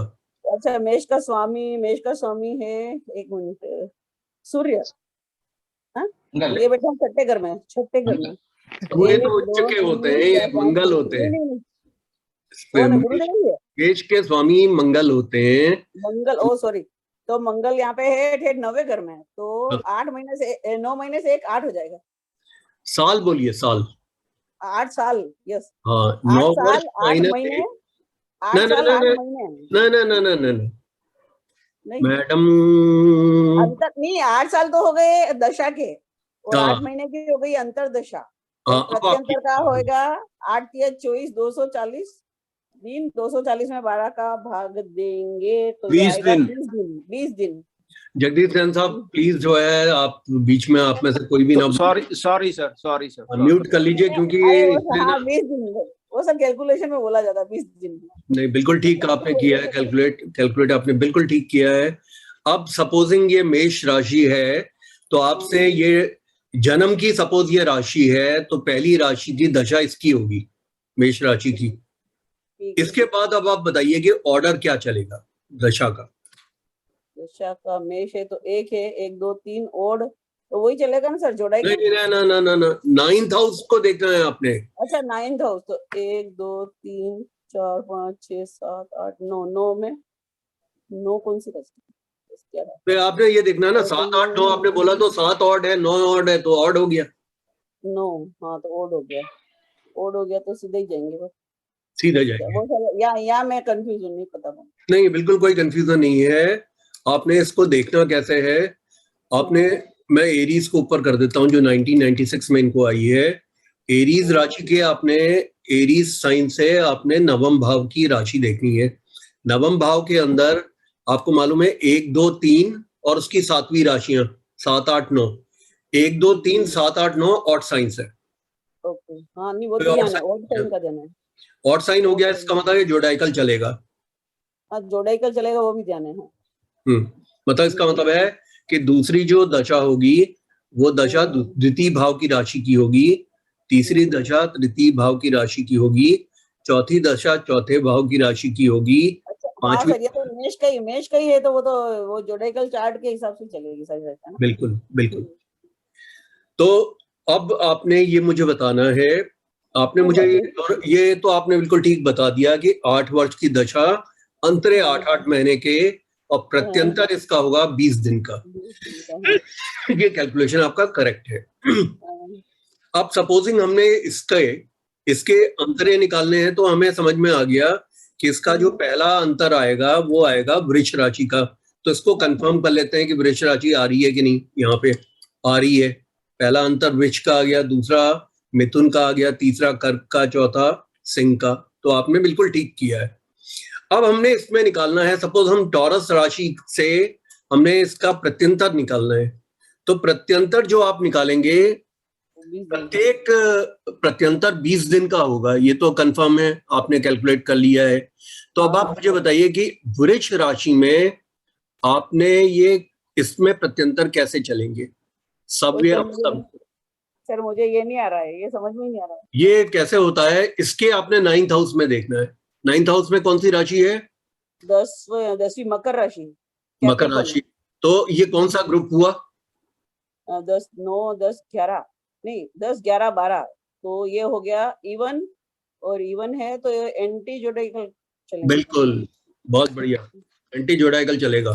तो इसका मतलब है इसका जो पहला प्रत्यंतर आएगा वो किसका आएगा? मेष का, 12वें भाव की राशि का, दूसरा 11वें भाव की राशि का, तीसरा 10वें भाव की राशि का, चौथा 9वें भाव की राशि का। अब देखते हैं इसमें कि ऐसा आ रहा है कि नहीं। अब देखिए आ रहा है ना, एरीज आ रहा है पहला प्रत्यंतर, दूसरा प्रत्यंतर फिर आ रहा है मीन राशि का, तीसरा आ रहा है कुंभ राशि का, चौथा आ रहा है मकर राशि का, पांचवा आ रहा है धनु राशि का। बिल्कुल आपको ठीक आ गया। एक चीज मैं पूछूं? हाँ सर, ये आपने ये कैसे बताया कि ये यहाँ पे मेष राशि का आ रहा है? पहला वो इसलिए आप ही ने खुद बताया ना, क्योंकि मकर राशि है, इवन हो गया, एंटी जोडाइकल चले गए, इसके बाद ये मेष का कैसे हो, ये पता कैसे चला? ऐसे है ना, क्योंकि आपने स्वयं कहा जिस भी राशि का निर्धारण करना होता है उस राशि को आप लग्नवत करते हैं। अब आपने इसके प्रत्यंतर निकालने हैं वृष के, तो आप क्या करेंगे, उसके 9th हाउस में देखेंगे कि राशि और इवन। अब चूंकि इवन राशि है तो इवन का मतलब ये एंटी जोडाइकल। हाँ, और फिर अपन यहीं क्यों रुक गए? एक पे क्यों रुक गए? एक पे ही जाना पड़ेगा? नहीं, पूरा जाएंगे हम, यहाँ तक जाएंगे पूरा। आप देखिए पूरा गए हैं ये। नहीं, आपने पहली दशा जो बताई ना वो मुझे समझाओ कि यहाँ पे पहली दशा जो है वो 12वें हाउस की होती है। एंटी जोडाइकल में 12वें हाउस की दशा पहली होती है पढ़ने वाली राशि की, दूसरी दशा 11वें हाउस की, फिर 10th की, फिर 9th की, फिर 8th की, फिर 7th की, फिर 6 की, 5 की, 4 की, 3 की, 2 की, फिर 1 की।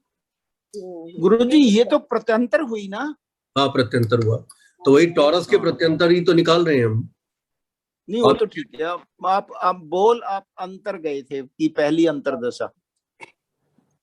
अच्छा, ये स्लिप ऑफ टंग होगा, हम प्रत्यंतर की बात कर रहे हैं। कोई बात।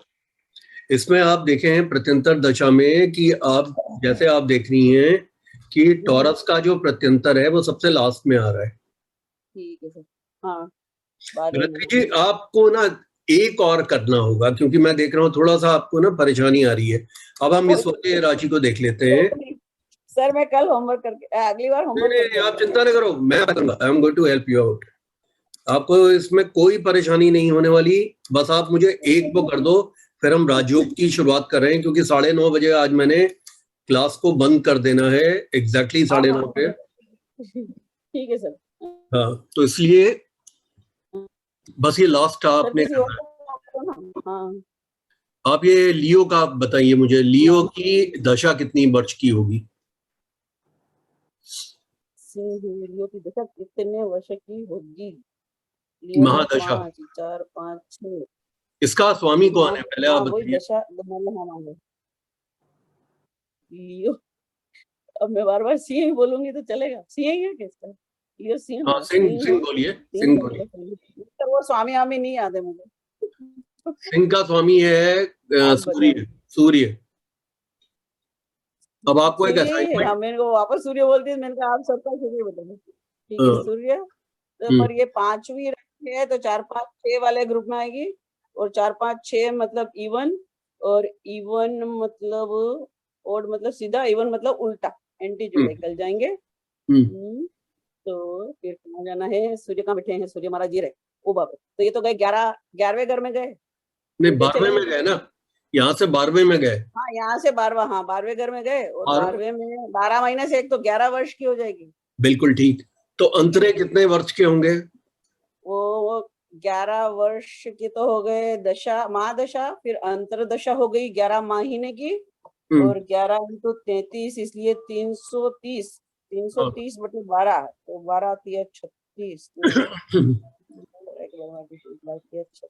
27 दिन और 12 घंटे। ठीक है सर। हाँ, 27 दिन 12 घंटे के प्रत्यंतर होंगे। अब आप ये मुझे बताइए कि जो लियो राशि की दशा के पहली दशा तो जन्म राशि की भी लियो की हो गई, तो पहले दूसरी दशा का निर्धारण कैसे होगा? वो 90 घर में जाएंगे वापस, तो यहाँ से 90 में गए तो पहले मेष राशि में है तो ये यहाँ हो गया एक हो गया, तो 1 2 3 क्या है? 1 2 3 ये हो गए ओड है, तो हमको जाना है सीधा। बिल्कुल बिल्कुल। तो उसका मतलब है कि दूसरा जो अंतरा होगा वो द्वितीय भाव की राशि का होगा। 6 माइनस 1 तो 5। ये क्या कर रही है? ये क्या कर रही है? तो आप ऑलरेडी कैलकुलेट कर चुकी हैं कि 12 माइनस 1 11 वर्ष की दशा है, 11 महीने का अंतरा है और 27 दिन 12 घंटे का प्रत्यंतर है, वो तो आप कर चुकी हैं। अच्छा ये सॉरी 1 मिनट 1 2 3 तो ये हो गए ये ओड एंटी जोडाइकल की जोडाइकल ही जाना है ना, सीधा जोडाइकल जाना है। तो इसका मतलब दूसरा अंतरा आएगा वो द्वितीय भाव की राशि का आएगा, तीसरे भाव की राशि का तीसरा अंतरा होगा, चौथे भाव की राशि का चौथा अंतरा होगा, पांचवें भाव की उसमें भी वापस सूर्य को ही देखना है कि सूर्य के पास ही जाना है? नहीं, यहाँ से सूर्य के पास ही जाना है। नहीं जाना है। सूर्य का काम तो खत्म हो गया, वो तो आपने वर्ष निकाल लिए, बस सूर्य को आप भूल जाए। वो नहीं, पर जैसे ये 1 से चले ना अपन, 1 से अपन आप में ओड में अपने को बोल रहे हैं आप जोडाइकल जाना है, तो फिर कैसे जाएंगे, कहाँ तक? यहाँ से शुरू करेंगे ना काउंटिंग। जन्म राशि की दशा पहली हो गई, दूसरी दशा कौन सी होगी? द्वितीय भाव की राशि, फिर तृतीय भाव की राशि की। तो उसका मतलब पहली दशा हो गई सिंह की, दूसरी दशा कन्या की, तीसरी दशा तुला की, चौथी दशा वृश्चिक की, पांचवी दशा धनु की, छठी दशा मकर की, सो ऑन सो फोर्थ। तो अब आप देखिए लियो से पहली दशा कौन सी है? वर्गो है, यही आपके कन्या है। दूसरी दशा आपकी लिब्रा है, और ये कितना है? 11 माह की दशा है। 11 माह देखिए आप 7 अक्टूबर 14 से शुरू हुई, 7 सितंबर 2015 तक, 2 माह यहाँ है, 9 माह यहाँ है, 9 2 11 माह की हो गई। अब हमने जो है ये निकालना है, अब ये इसका हमें प्रत्यंतर निकालना है कन्या का। अब प्रत्यंतर आप निकालिए कन्या का प्रत्यंतर। अब ये प्रत्यंतर तो आपको मालूम चल गया कि 27 दिन और 12 घंटे का हुआ। 48 दिन 12 घंटे, 27 दिन 12 घंटे का है। अब इसके जो प्रत्यंतर कैसे चलेंगे, तो आपने कैसे देखना है?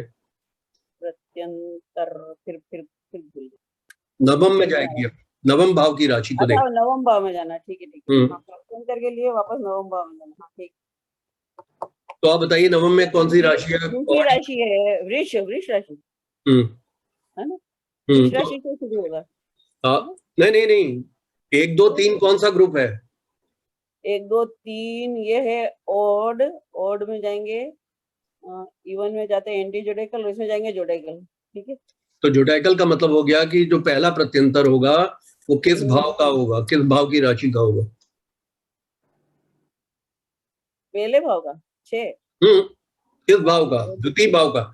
इसका जो अंतरा है, इसका जो प्रत्यंतर आएगा वो लास्ट में आएगा, सबसे लास्ट में। तो ठीक है, दूसरे भाव में है, तो यहाँ पे है 7वीं राशि तुला। ओके। तुला के बाद वृश्चिक का प्रत्यंतर आएगा, फिर आएगा धनु का, फिर मकर का, फिर कुंभ का। अब हम देखते हैं कि इसमें ऐसा है कि नहीं। हाँ देखिए आ गया ना लिब्रा, यानी कि तुला का पहला अंतर है, फिर स्कॉर्पियो का है, फिर सैजिटेरियस का है, फिर कैप्रिकॉर्न का है, फिर एक्वेरियस का है, फिर पाइसेस का है, एरीज का है। आ गया ठीक। अच्छा अब आप म्यूट हो जाइए, और कुछ लोगों ने हाथ खड़े किए हैं, मैं उनके पास में आता हूँ। हाँ जी, किसके साथ हाथ खड़ा किया? हाँ लक्ष्मी बोलिए। सर मेरा क्वेश्चन ये है सर कि अगर हम लग्न से नवम भाव में चेक करते हैं कि कौन सी राशि है, तो ये मेथड के.एन. राव साहब का है कि बी.वी. रमन जी का है? के.एन. राव साहब का। Okay sir, thank you. इसमें क्या है कि के.एन. राव साहब ने जो मेथड बनाया है वो ये मेथड है कि अंतरदशा हो या प्रत्यंतर दशा हो, किसी का भी कैलकुलेशन इस तरीके से करना है कि जिस राशि का आप प्रत्यंतर बना रहे हैं या जिस राशि का आप अंतर देख रहे हैं, उस राशि से नवम भाव की राशि को आपने देखना है।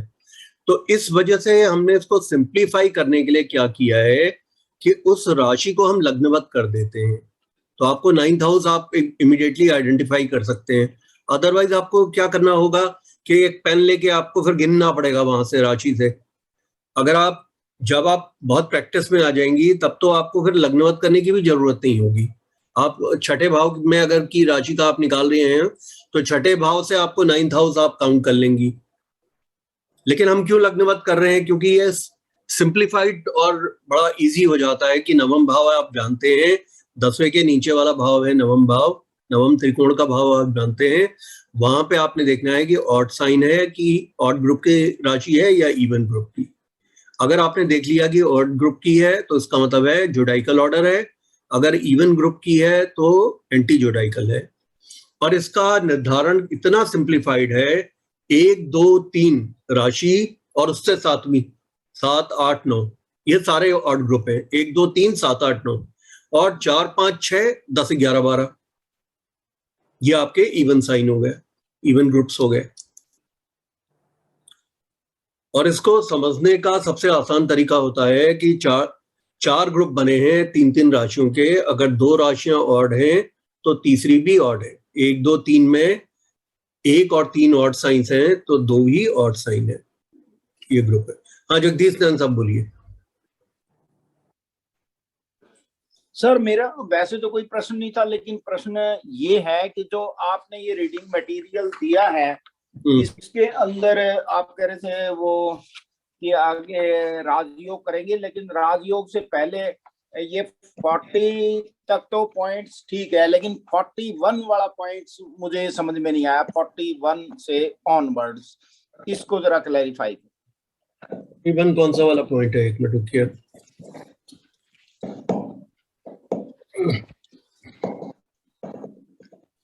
मैं पढ़ के सुनाऊं सर या आप उसको निकाल लेंगे? जो आप बता दो। ये sir, the event of marriage could be timed in a dasha sign. एक मिनट जगदीश ने साहब, आप बहुत आगे चले गए हैं। मुझे असल में ना कोई जल्दबाजी नहीं है, आप निश्चिंत रहें कि ये सब हम करेंगे। क्या है कि सिस्टमेटिकली इसको करेंगे। ये सारे के सारी ना क्लास को साथ में लेने का की मंशा है। 9:30 बजे मैंने क्लास को क्लोज करना है। अभी मैं आपको जो राजयोग के ऊपर जो है मैं आपको प्रिलिमिनरी डिस्कशन आपसे शुरू करने जा रहा हूँ। तो ये सारे पॉइंट आपके कवर होंगे in due course of time. जब हम इस अप्रोप्रिएट पॉइंट पर आएंगे, जब हम इस पॉइंट पे जब हम आएंगे तो मैं आपको एक्सप्लेन करूंगा। अभी ये थोड़ा प्रीमेच्योर हो जाएगा क्योंकि हमें पूरा ही मॉड्यूल समझना है। कोई बात, नो प्रॉब्लम। अच्छा, अब आप में से किसी और ने भी हाथ खड़ा किया था, किसी ने कुछ और पूछना हो तो बताइए। 2 लोगों ने हाथ खड़े किए थे ना? हाँ जी सर। हाथ तो मैं भी कांग्रेस पार्टी छोड़ देता हूँ सर। हाँ जी छोड़ दीजिए। मैंने हाथ खड़े किए। क्यों करे हुए हैं बताइए? सर आपके सामने हाथ ही खड़े करे।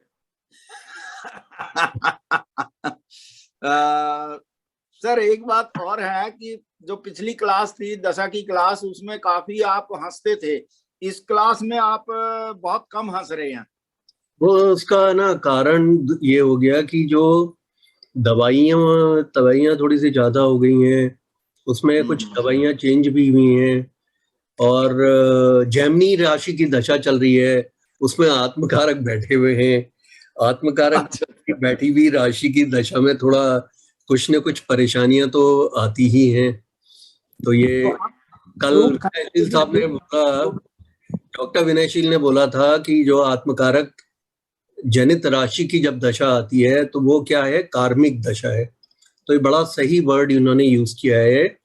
जब भी कभी आप स्वयं भी ये फील करेंगे कि आपकी आत्मकारक जनित राशि, आत्मकारक जिस राशि में बैठे हैं उस राशि की दशा आपकी आएगी तो वो आपके कार्मिक रिकॉर्ड्स को लेके आएगी। दूसरा जो है, जो दशा के वर्ष भी बहुत ज्यादा हैं क्योंकि उसमें स्वामी उसी जगह पे बैठा है मिथुन में, तो 12 वर्ष की दशा है। अभी ये प्रारंभ ही हुई है तो हमने कहा कि प्रारंभ होने पे ही उसने जब इतनी धोबी पटकनियां देना शुरू कर दिया है, आगे क्या करने वाली है? सर उनको थोड़ा पूजा पाठ करना है सर, बनाना है। आप ये खाना दूसरा आप किसी और दशा पे चले जाइए। ये आपने बहुत अच्छा कहा। मानसी, मुझे लग रहा था कि आप पूछेंगी कुछ, अनम्यूट करके पूछिए। बोलिए। मैंने ना सर जगन्नाथ होरा सॉफ्टवेयर डाउनलोड किया था, जगन्नाथ होरा सॉफ्टवेयर डाउनलोड किया था सर मैंने कल। सर मुझे वो सॉफ्टवेयर यूज करना नहीं आ रहा सर उसमें बहुत अलग तरीके से आ रहा है सर, तो आप थोड़ी हेल्प कर सकते हैं सर प्लीज।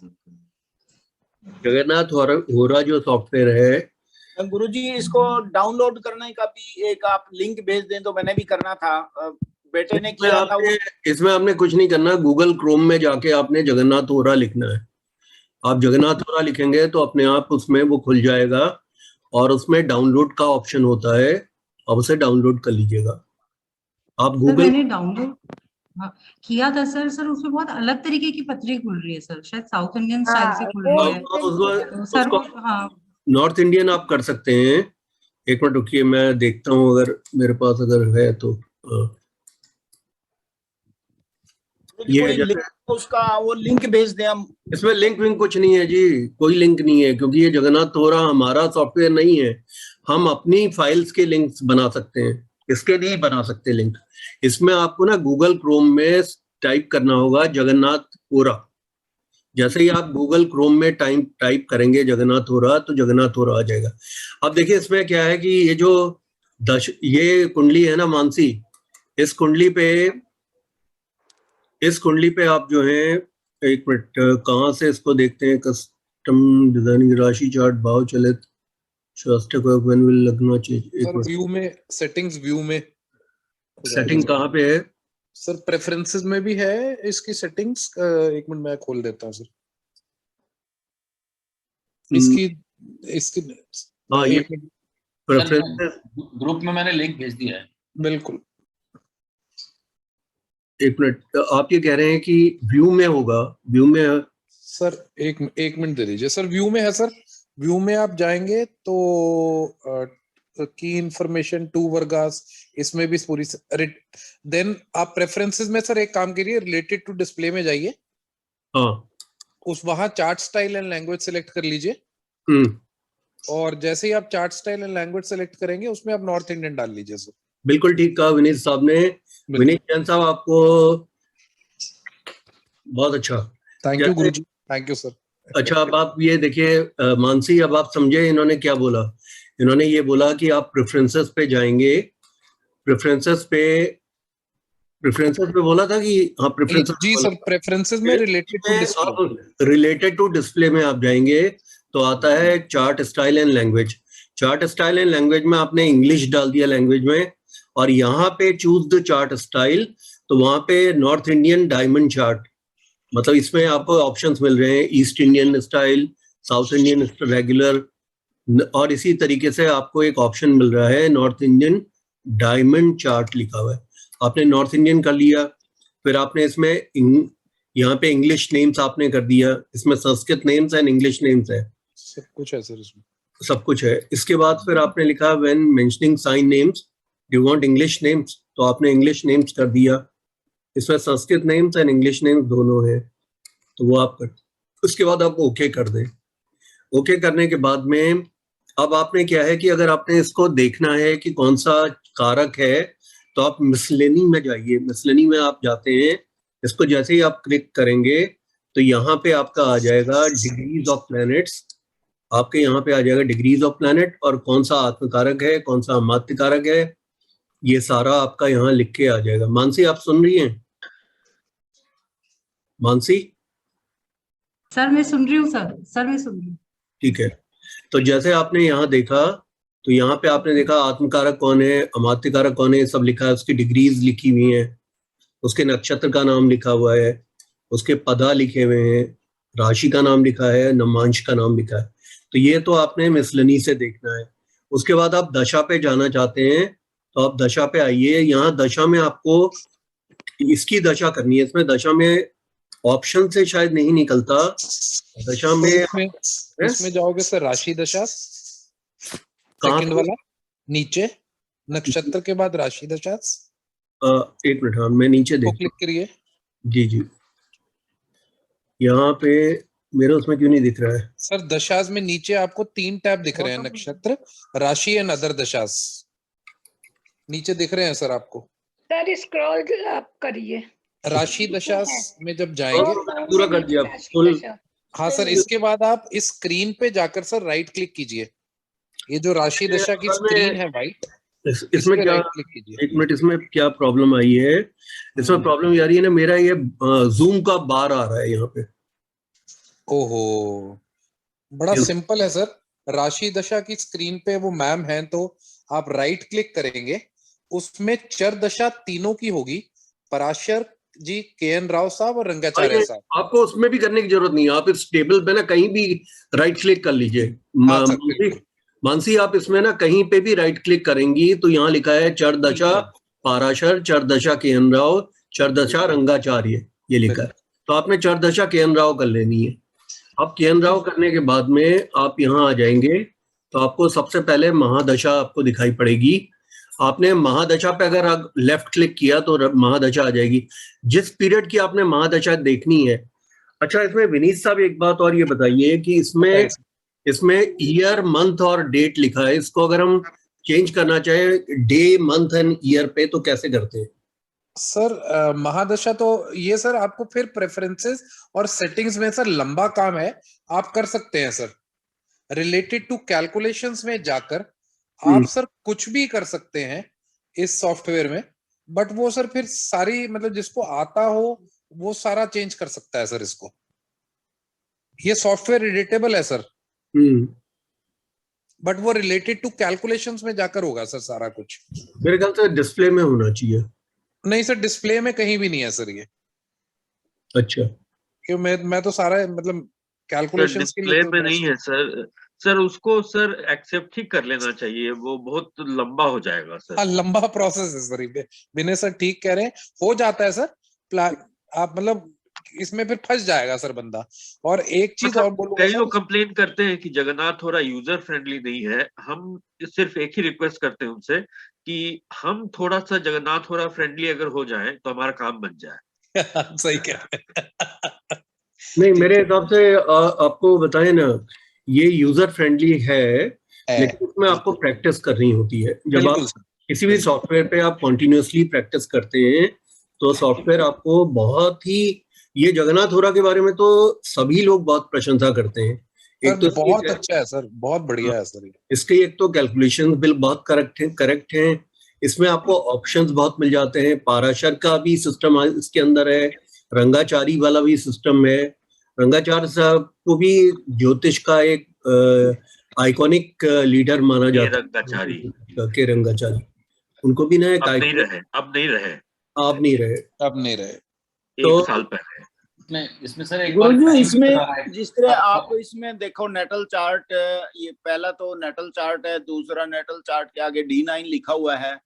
इनमें ग्रहों के साथ, ग्रह तो ये जो है ना रेड कलर में या जो है ना इसमें है, लेकिन बाकी और भी हैं। ये ग्रीन में, ब्लू में, ये क्या लिखा हुआ है? आरूढ़ लिखा हुआ है। ये आरूढ़ है, 10वें भाव का आरूढ़, 3रे भाव का। A3 है का मतलब है 3rd हाउस का आरूढ़, 11th हाउस का आरूढ़, ये आरूढ़। अच्छा, मानसी आप समझ गई होंगी, ये क्लास हमारी ना बहुत कम समय रह गया, हमें अपना काम करना है। थैंक यू, मैं समझ गई sir. Thank you sir. Welcome.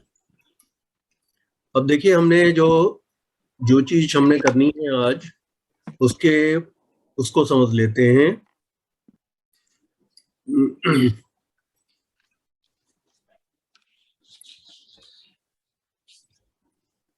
इसमें क्या है कि सबसे पहले हमें जो समझना है कि पहले तो मैंने आपको जैसे कल बताया था कि 4 दशाओं के अंदर आपको इसके जेमिनी के राजयोगास में बहुत आसानी क्या पड़ती है कि पहली बात तो है कि जेमिनी के राजयोगा सबसे पहले आपको देखने होते हैं लगन कुंडली से।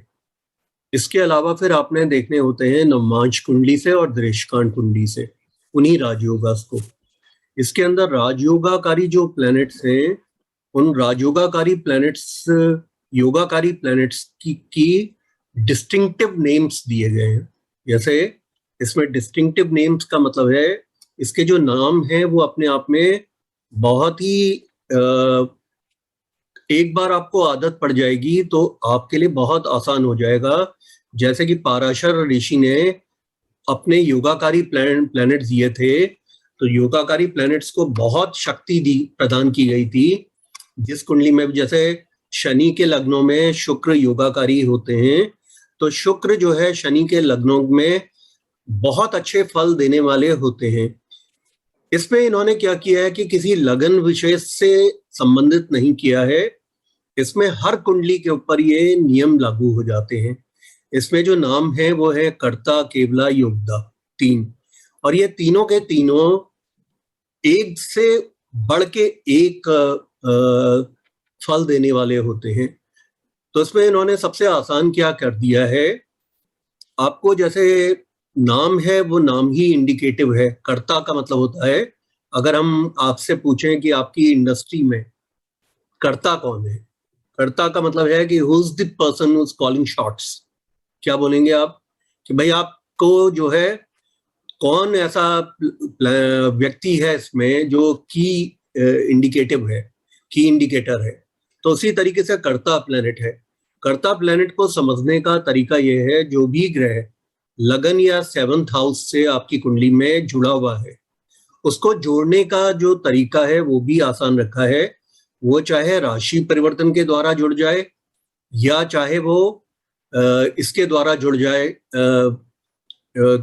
राशि परिवर्तन के द्वारा जुड़ जाए, या वहां पे बैठ के जुड़ जाए, या वो जो है एस्पेक्ट के द्वारा, जेमिनी के एस्पेक्ट से जुड़ जाए। अगर वो जुड़ जाएगा तो वो आपका कर्ता ग्रह होगा। और वो कर्ता ग्रह आपको जब भी कभी उसकी राशियां जो है आपके जन्म की, मतलब उसमें चर दशाओं में आएंगी, तो आपको वो बहुत उठाता है। अब देखिए, मैं आपको ना इसका एग्जाम्पल एक मैं हॉरोस्कोप के साथ में दिखाता हूं, उससे आपको ये चीज काफी क्लियर हो जाएगी।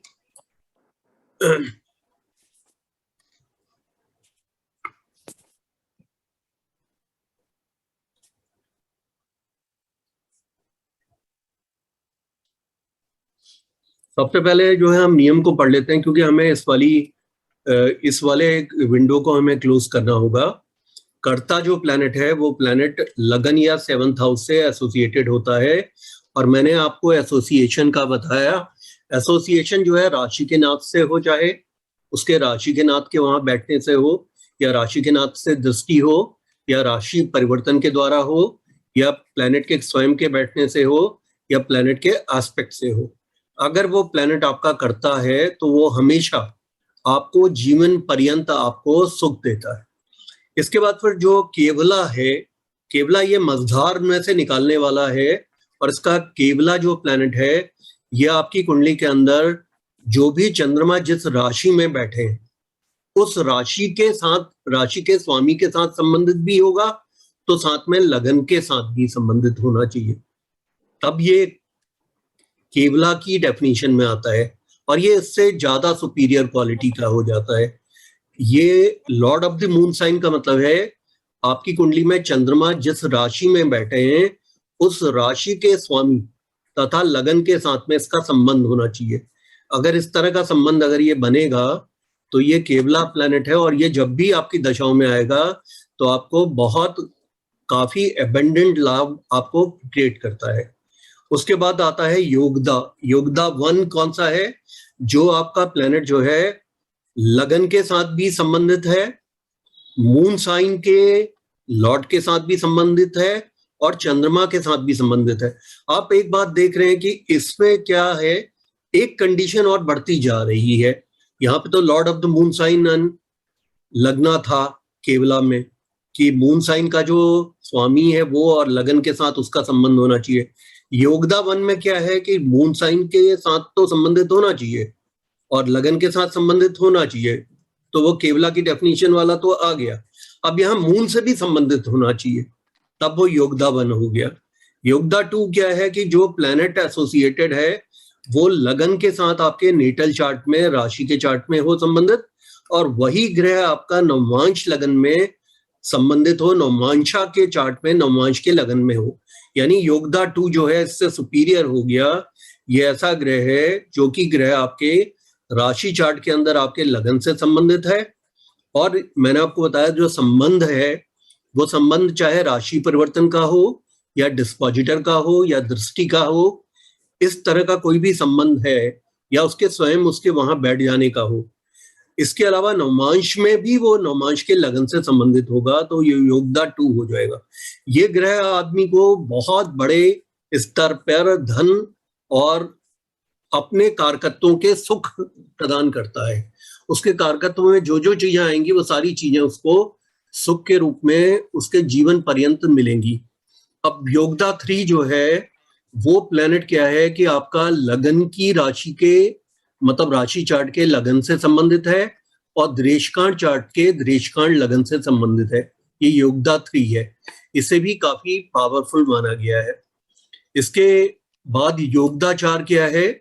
ये सबसे सुपरलेटिव प्लैनेट है जो कि आपकी राशि चार्ट में लगन से संबंधित है, दृष्टिकांड चार्ट में दृष्टिकांड के लगन से संबंधित है, नवमांश चार्ट में नवमांश के लगन से संबंधित है। अब मैं आपके सामने इसमें कुंडली में आपको एक दिखाता हूं और मैं व्लादिमीर पुतिन और इनकी कुंडली में भी ये दिखाऊंगा। पहले मैं आपको ये बताना चाहता हूं कि मेरे जीवन में सबसे ज्यादा जो मैंने काम किया है वो शुक्र के क्षेत्र में किया है। यानी कि मैं हॉस्पिटैलिटी सेक्टर के अंदर, एडवर्टाइजमेंट के सेक्टर के अंदर, रेवेन्यूज के बेसिस के कंपनीज के अंदर मैंने काम किया है, जो कि शुक्र का क्षेत्र है। और अब आप मेरे शुक्र को देखिए, ये मेरा शुक्र है। इसका शुक्र का संबंध लगन से कैसे बन रहा है? क्योंकि लगन का स्वामी की इस पे दृष्टि है। लगन का स्वामी कहाँ है? फिक्स्ड साइन में बैठा है, फिक्स साइन में बैठा है, और ये जो है चर राशि में बैठा है। तो फिक्स साइन चर को देखती है, चर साइन जो है फिक्स को देखती है। तो हमेशा जैमिनी ज्योतिष में म्यूचुअल एस्पेक्ट होता है। एक तो ये संबंध बन गया इसका। अब 7th के साथ इसका संबंध कैसे बना? लगन के साथ भी संबंध है और 7th के साथ भी संबंध है। तो 7th के साथ कैसे बना संबंध? क्योंकि चंद्रमा और शुक्र का राशि परिवर्तन है, तो 7th हाउस से संबंधित हो गया। दूसरा, मून के साइन का लॉर्ड, इसमें मैंने आपको बताया था मून साइन के लॉर्ड का संबंध और मून के साथ संबंध अगर होता है तो योगदा 1 बन जाता है। ये मैंने आपको जो इसमें नियम बताया था वो नियम ये था कि ये कर्ता तो ये यहीं से हो गया। ये प्लैनेट जो शुक्र है प्राथमिकी में कर्ता कैसे बना? कर्ता जो है वो प्लैनेट जो कि लगन और 7th हाउस से संबंधित होता है। अब आप इसको देखिए कि आप लोगों को ये दिख रहा है क्या स्क्रीन? जी सर। जी सर। किस तरह से ये कर्ता बन गया? क्योंकि लगन के साथ किस तरह से संबंधित हुआ? लगन के स्वामी के साथ में इसकी म्यूचुअल एस्पेक्ट है। ये लगन के स्वामी को देख रहा है और लगन का स्वामी इसको देख रहा है। दूसरा, ये लगन के स्वामी का राशि का नाथ हो गया, तो इसलिए डबल तरीके से ये लगन से जुड़ गया। दूसरा, इसका जो संबंध बना वो 7th हाउस से भी बन गया, क्योंकि 7th का स्वामी जो है वो मतलब इसकी राशि में बैठा है और ये 7th के स्वामी की राशि में बैठा है।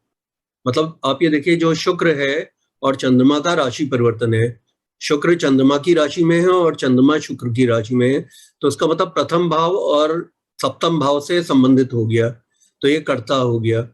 अब जो दूसरा नियम था वो केवला का, ये केवला भी कैसे बन गया कि लॉर्ड का जो मून साइन का जो लॉर्ड है वो उसका जो एसोसिएशन लगन के साथ होना चाहिए। तो अब आप इसको देखिए कि किस तरीके से इसका संबंध बन रहा है। मून साइन का जो लॉर्ड है उसका लगन के स्वामी से संबंध होना चाहिए। मून साइन का जो लॉर्ड है वो शुक्र है, उसका लगन के स्वामी के साथ में संबंध बनता है, तो इसका संबंध म्यूचुअल एस्पेक्ट से बन रहा है। तो इसका मतलब क्या हुआ? ये केवला भी हो गया। अब इसके बाद आपने इसको देखना है ये योगदा 1 कैसे बन गया कि lord of the moon sign लगन के साथ भी संबंधित हो और चंद्रमा के साथ भी संबंधित हो।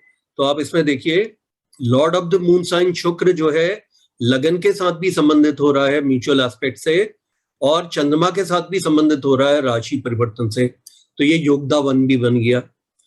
अब इसके बाद क्या है कि ये नेक्स्ट ऑर्डर पे योगदा 2 कब होता है कि वही जो एक ग्रह अगर लगन राशि चार्ट में लगन से संबंधित होता है और नवमांशा के चार्ट में नवमांशिका के लगन से संबंधित होता है, तो हम फिर इस पे जाते हैं।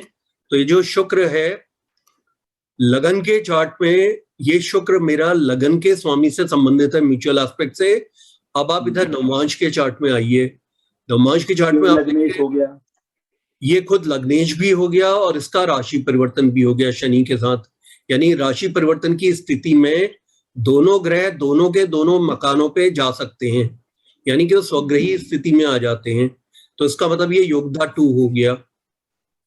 आपको वसुंधरा दिखाई पड़ रहे हैं नवमांश चार्ट?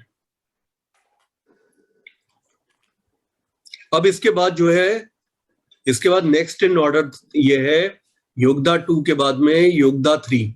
जो प्लैनेट है वो अगर राशि के चार्ट में लगन से संबंधित हो और दृश्यकांड के चार्ट में दृश्यकांड के लगन से संबंधित हो, तो आप पुनः इस पे आ जाइए। दृश्यकांड चार्ट ये बना हुआ है, ये लगन के, उसमें तो मैंने आपको बता दिया कि म्यूचुअल एस्पेक्ट से ये लगन के साथ में संबंधित है।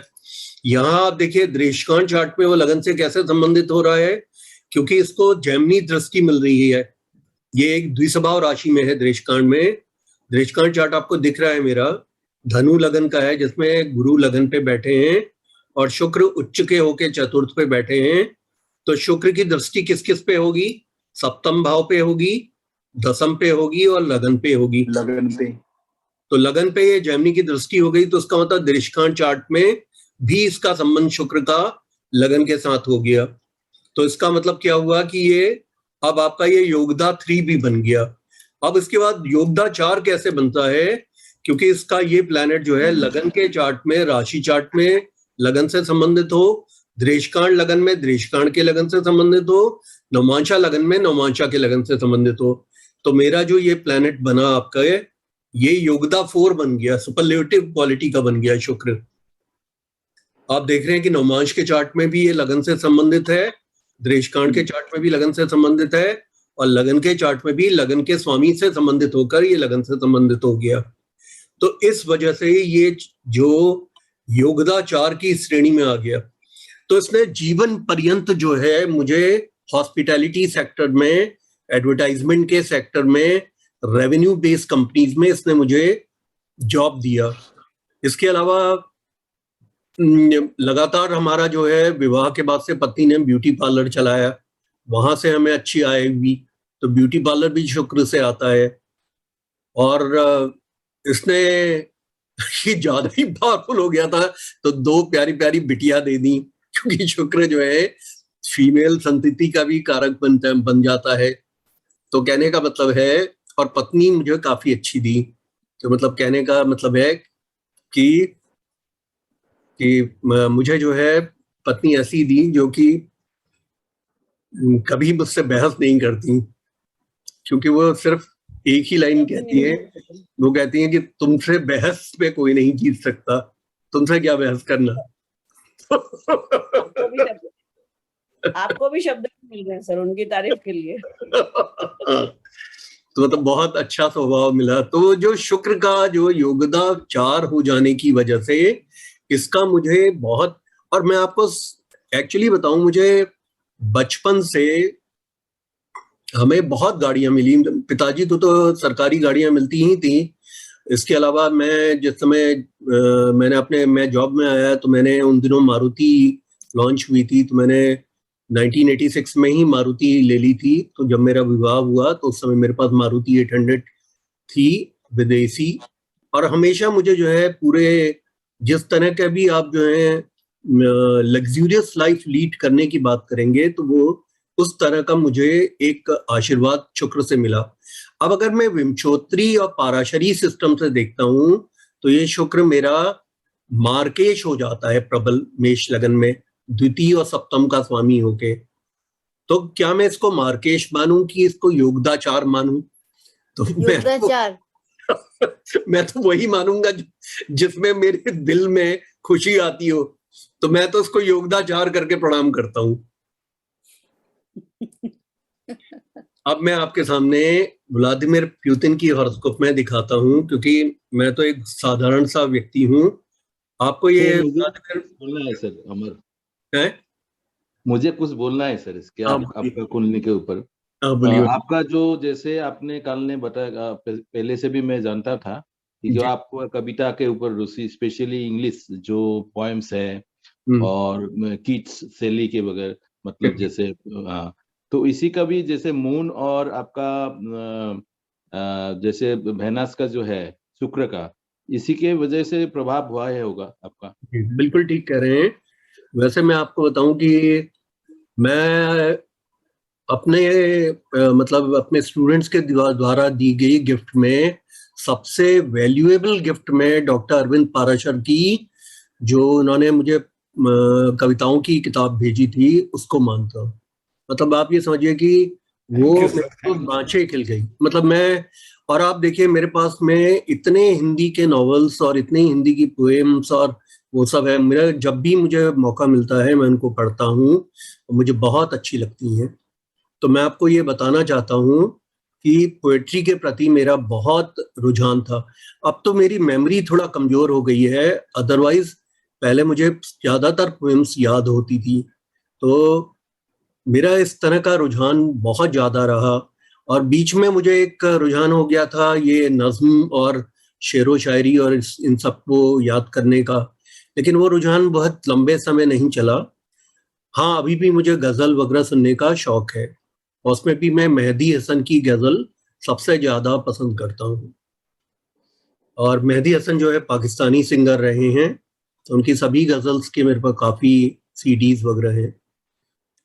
तो बहरहाल मैं आपको जो बताना चाहूंगा, अब ये व्लादिमीर पुतिन साहब की हॉरोस्कोप में हम केवला कर्ता केवला योगदा 1 2 3 4 इसको प्रैक्टिस करेंगे। तो आप इसको देखिए, इसमें कर्ता प्लैनेट जो है वो उसकी डेफिनेशन आप जानते हैं।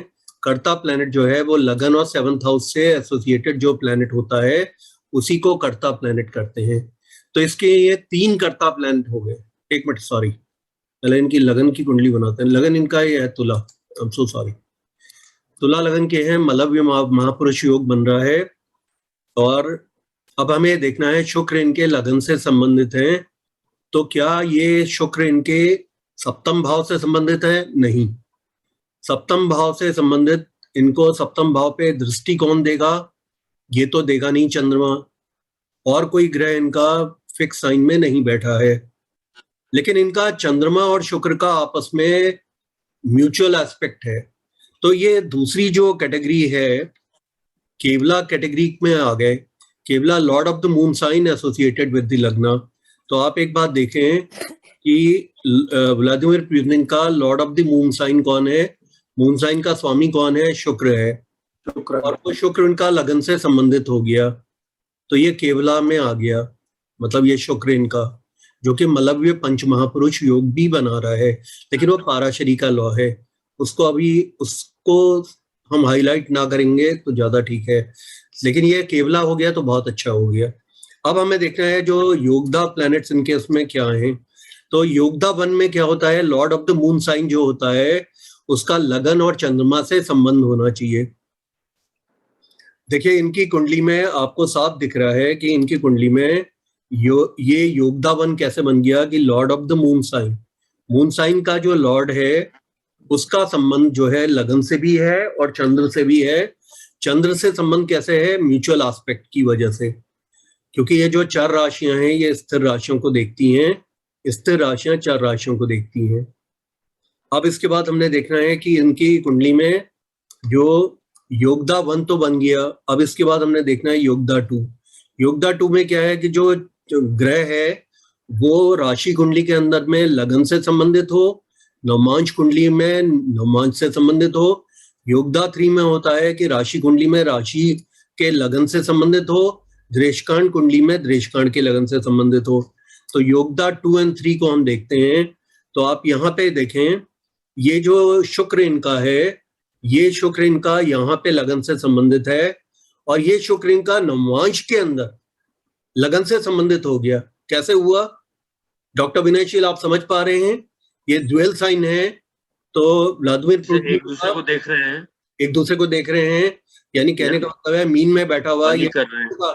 उच्च का शुक्र जो है वो उसके लगन को भी देख रहा है, दसम को भी देख रहा है और सप्तम को भी देख रहा है। अब आप आइए इनके दृष्टिकांड चार्ट में, तो ये तो योगदा 4 हो गया, यानी कि इनका जो शुक्र है वो शुक्र यहाँ पे बैठा है फिक्स साइन में, और जो दृष्टिकांड का चार्ट है उसमें ये चर राशि है।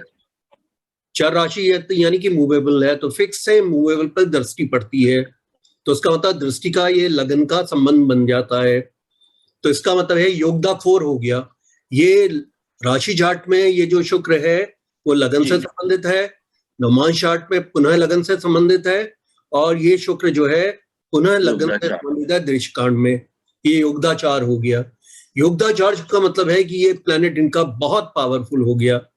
अब मैं यहाँ पे कॉम्पोजिट टेक्निक्स में ये आपसे कह सकता हूँ कि कॉम्पोजिट में आप ये मलव्य पंच महापुरुष योग को भी देखेंगे, तो अगर आपने कॉम्पोजिट में देखा तो अब आप ये कह सकते हैं कि ये जो शुक्र है जो कि मूल त्रिकोण राशि का है, यहाँ उच्च का भी हो गया है। ये मूल त्रिकोण और उच्च वाला तो जैमिनी ने पाराशर ऋषि से टोटल बोरो कर लिया है, मतलब यानी कि वो पूरा ही बोरोड है, तो इसको तो वो मान्यता दे रहे हैं उच्च का होने को। तो यानी ये शुक्र कितना पावरफुल हो गया और लगन पे बैठ गया। और आपको मालूम है सूर्य के बाद में शुक्र सबसे ज्यादा गर्म ग्रह है, लग्जूरियस ग्रह है। प्यूतिन साहब के अमेरिका के अंदर में यॉट होते हैं थे, इनका वहां बहुत पैसा इन्वेस्टेड था। उसमें जो है ओलिगार्च बोलते हैं, ओलिगार्क, वो केजीबी के टाइम से वो लोग जो कि बहुत अमीर हो गए और उन्होंने अपने पैसे को विदेशों में खर्च किया, इन्वेस्ट किया, और रशियन इकोनॉमी को जब भी जरूरत पड़ी तो लोन दिया। वो ओलिगार्क सारे जितने हैं वो सारे के सारे पुतिन के ही अपने आदमी हैं, यानी कि ये आदमी जो है बहुत अरबपति आदमी है। तो आप ये देख रहे हैं इस शुक्र के योगदाचार हो जाने की वजह से ये शुक्र सबसे ज्यादा महत्वपूर्ण हो गया। तो हमें ये देखना है कि विंशोत्तरी दशा में ये कब आया है, इसी को आप कहते हैं कॉम्पोजिट टेक्निक्स। ये इस समय जो इनको दशा चल रही है वो शनि की महादशा है, और शनि में इनका शुक्र तो 26 में आ रहा है, बुध में शुक्र, शनि में शुक्र इनका इसके पहले आया है, 2010 में आया है। तो शनि खुद भी योग कारक चल रहा है इनका, शनि खुद भी योगाकारी है, शनि इनका भ्रातृकारक है, शनि की महादशा चल रही है।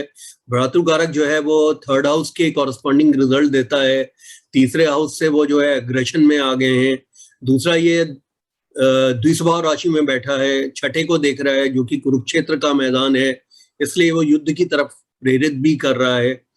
अब जब इस समय युद्ध पे प्रेरित किया है तो आप जानते हैं कि इन्होंने युद्ध शुरुआत कब की थी। सर गणाती कारक लगा हुआ है इनका भी, इनका सर अभी तो मरकरी आ रहा है ना, चंद्रमा का प्रत्यंतर आ रहा है अभी। नहीं, सबसे पहले हमें देखना है 24 फरवरी को इन्होंने अटैक किया था, तो 24 फरवरी में इनको दशा क्या थी, ये कैसे आ गया, हमें वो दशा देखनी है। चर, ये देखिए 24 फरवरी की हमें दशा को देखना है, चर दशा को। तो 24 फरवरी में इनको जो दशा आई थी, एक मिनट, ये 5 मार्च लियो राशि की आ गई, नहीं लियो से इसमें 5 फरवरी को एरीज आ गया था। सबसे पहले हमें लियो को लग्नवत करना है, तो लियो राशि की इनको दशा थी। ये आपका योगदा जो 4 प्लैनेट इनका है, योगदा 4 शुक्र, ये इनका 3rd हाउस में आ गया, ग्रेशन के हाउस में, पराक्रम के हाउस में, लगन के साथ। आप इस पे देखिए कि इनका जो दारा कारक है वो इनका 5म भाव में आया है, दृष्टि दे रहा है 2य भाव पे। सबसे पहले आप देखिए इनके आत्म कारक की स्थिति क्या है। ये इनका ज्ञाति कारक गणाति कारक 10म में आ गया। ज्ञाति कारक धनाति कारक जो है 6ठे भाव का स्वामी होता है, और ये रोजगार के भाव में, पराक्रम मतलब इसके भाव में आ गया जहां से पब्लिक परसेप्शन देखा जाता है। सर नाक की बात आ गई, नाक की बात आ गई, क्योंकि यहीं से जो है fall in grace and rise in grace देखा जाता है। तो आप देखिए कितना एग्रेसिव पॉस्चर हुआ है। इनका जो अमात्य कारक है वो गुरु है, और अमात्य कारक यहाँ बैठा हुआ है जो कि दृष्टि रख रहा है इस पे 5म पे, या इस पे लगन पे, 4th पे, 7म भाव पे, तो ये दृष्टि अमात्य कारक की आप देखिए, ये वॉर जो है, इनिशियल जो इनका थिंकिंग थी कि वॉर की वजह से इनको बहुत ज्यादा इनकम होगी, क्योंकि ये अपने आर्म्स एम्यूनिशंस बेच पाएंगे। इसी प्रकार से ये अपने ऑयल के प्राइसेस, इनका वहाँ खाद्यान्न सबसे ज्यादा है, इसी तरह से पेस्टिसाइड्स इनके वहाँ सबसे ज्यादा हैं, तो वो बेच पाएंगे। तो ये इन्होंने सोचा था। ये इतना लंबा वॉर चल गया तो इनके अगेंस्ट क्यों पड़ गया? क्योंकि गणाति कारक ज्ञाति कारक इनका 10वें भाव में था। अब इनका आप देखिए कि जो मातृ कारक है सूर्य है, मातृ कारक आत्म कारक के साथ में बैठा है, और आप देखिए इनका पुत्र कारक है शुक्र। पुत्र कारक को इन्होंने बहुत ज्यादा रिस्पेक्ट दी है। पुत्र कारक का लगन पे ही बैठना एक बहुत बड़ा राजयोग भी बनता है। मैंने आप लोगों को बताया था, उसमें मैंने अपने नोट्स में दिया है कि प्रथम और पंचम भाव का जब भी संबंध बनता है, और वो संबंध अगर नवमांश में, देशकांड में इनमें बनता है, तो ये महाराजा योग बन जाता है। कौन सा मैंने नाम लिखा है उसमें?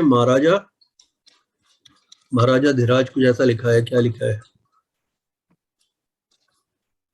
सर? अब ये शांत कैसे होंगे व्लादिमीर पुतिन? है महाराजा योग ये अब बंद कब होंगे? ये लड़ाई झगड़ा कब बंद करेंगे?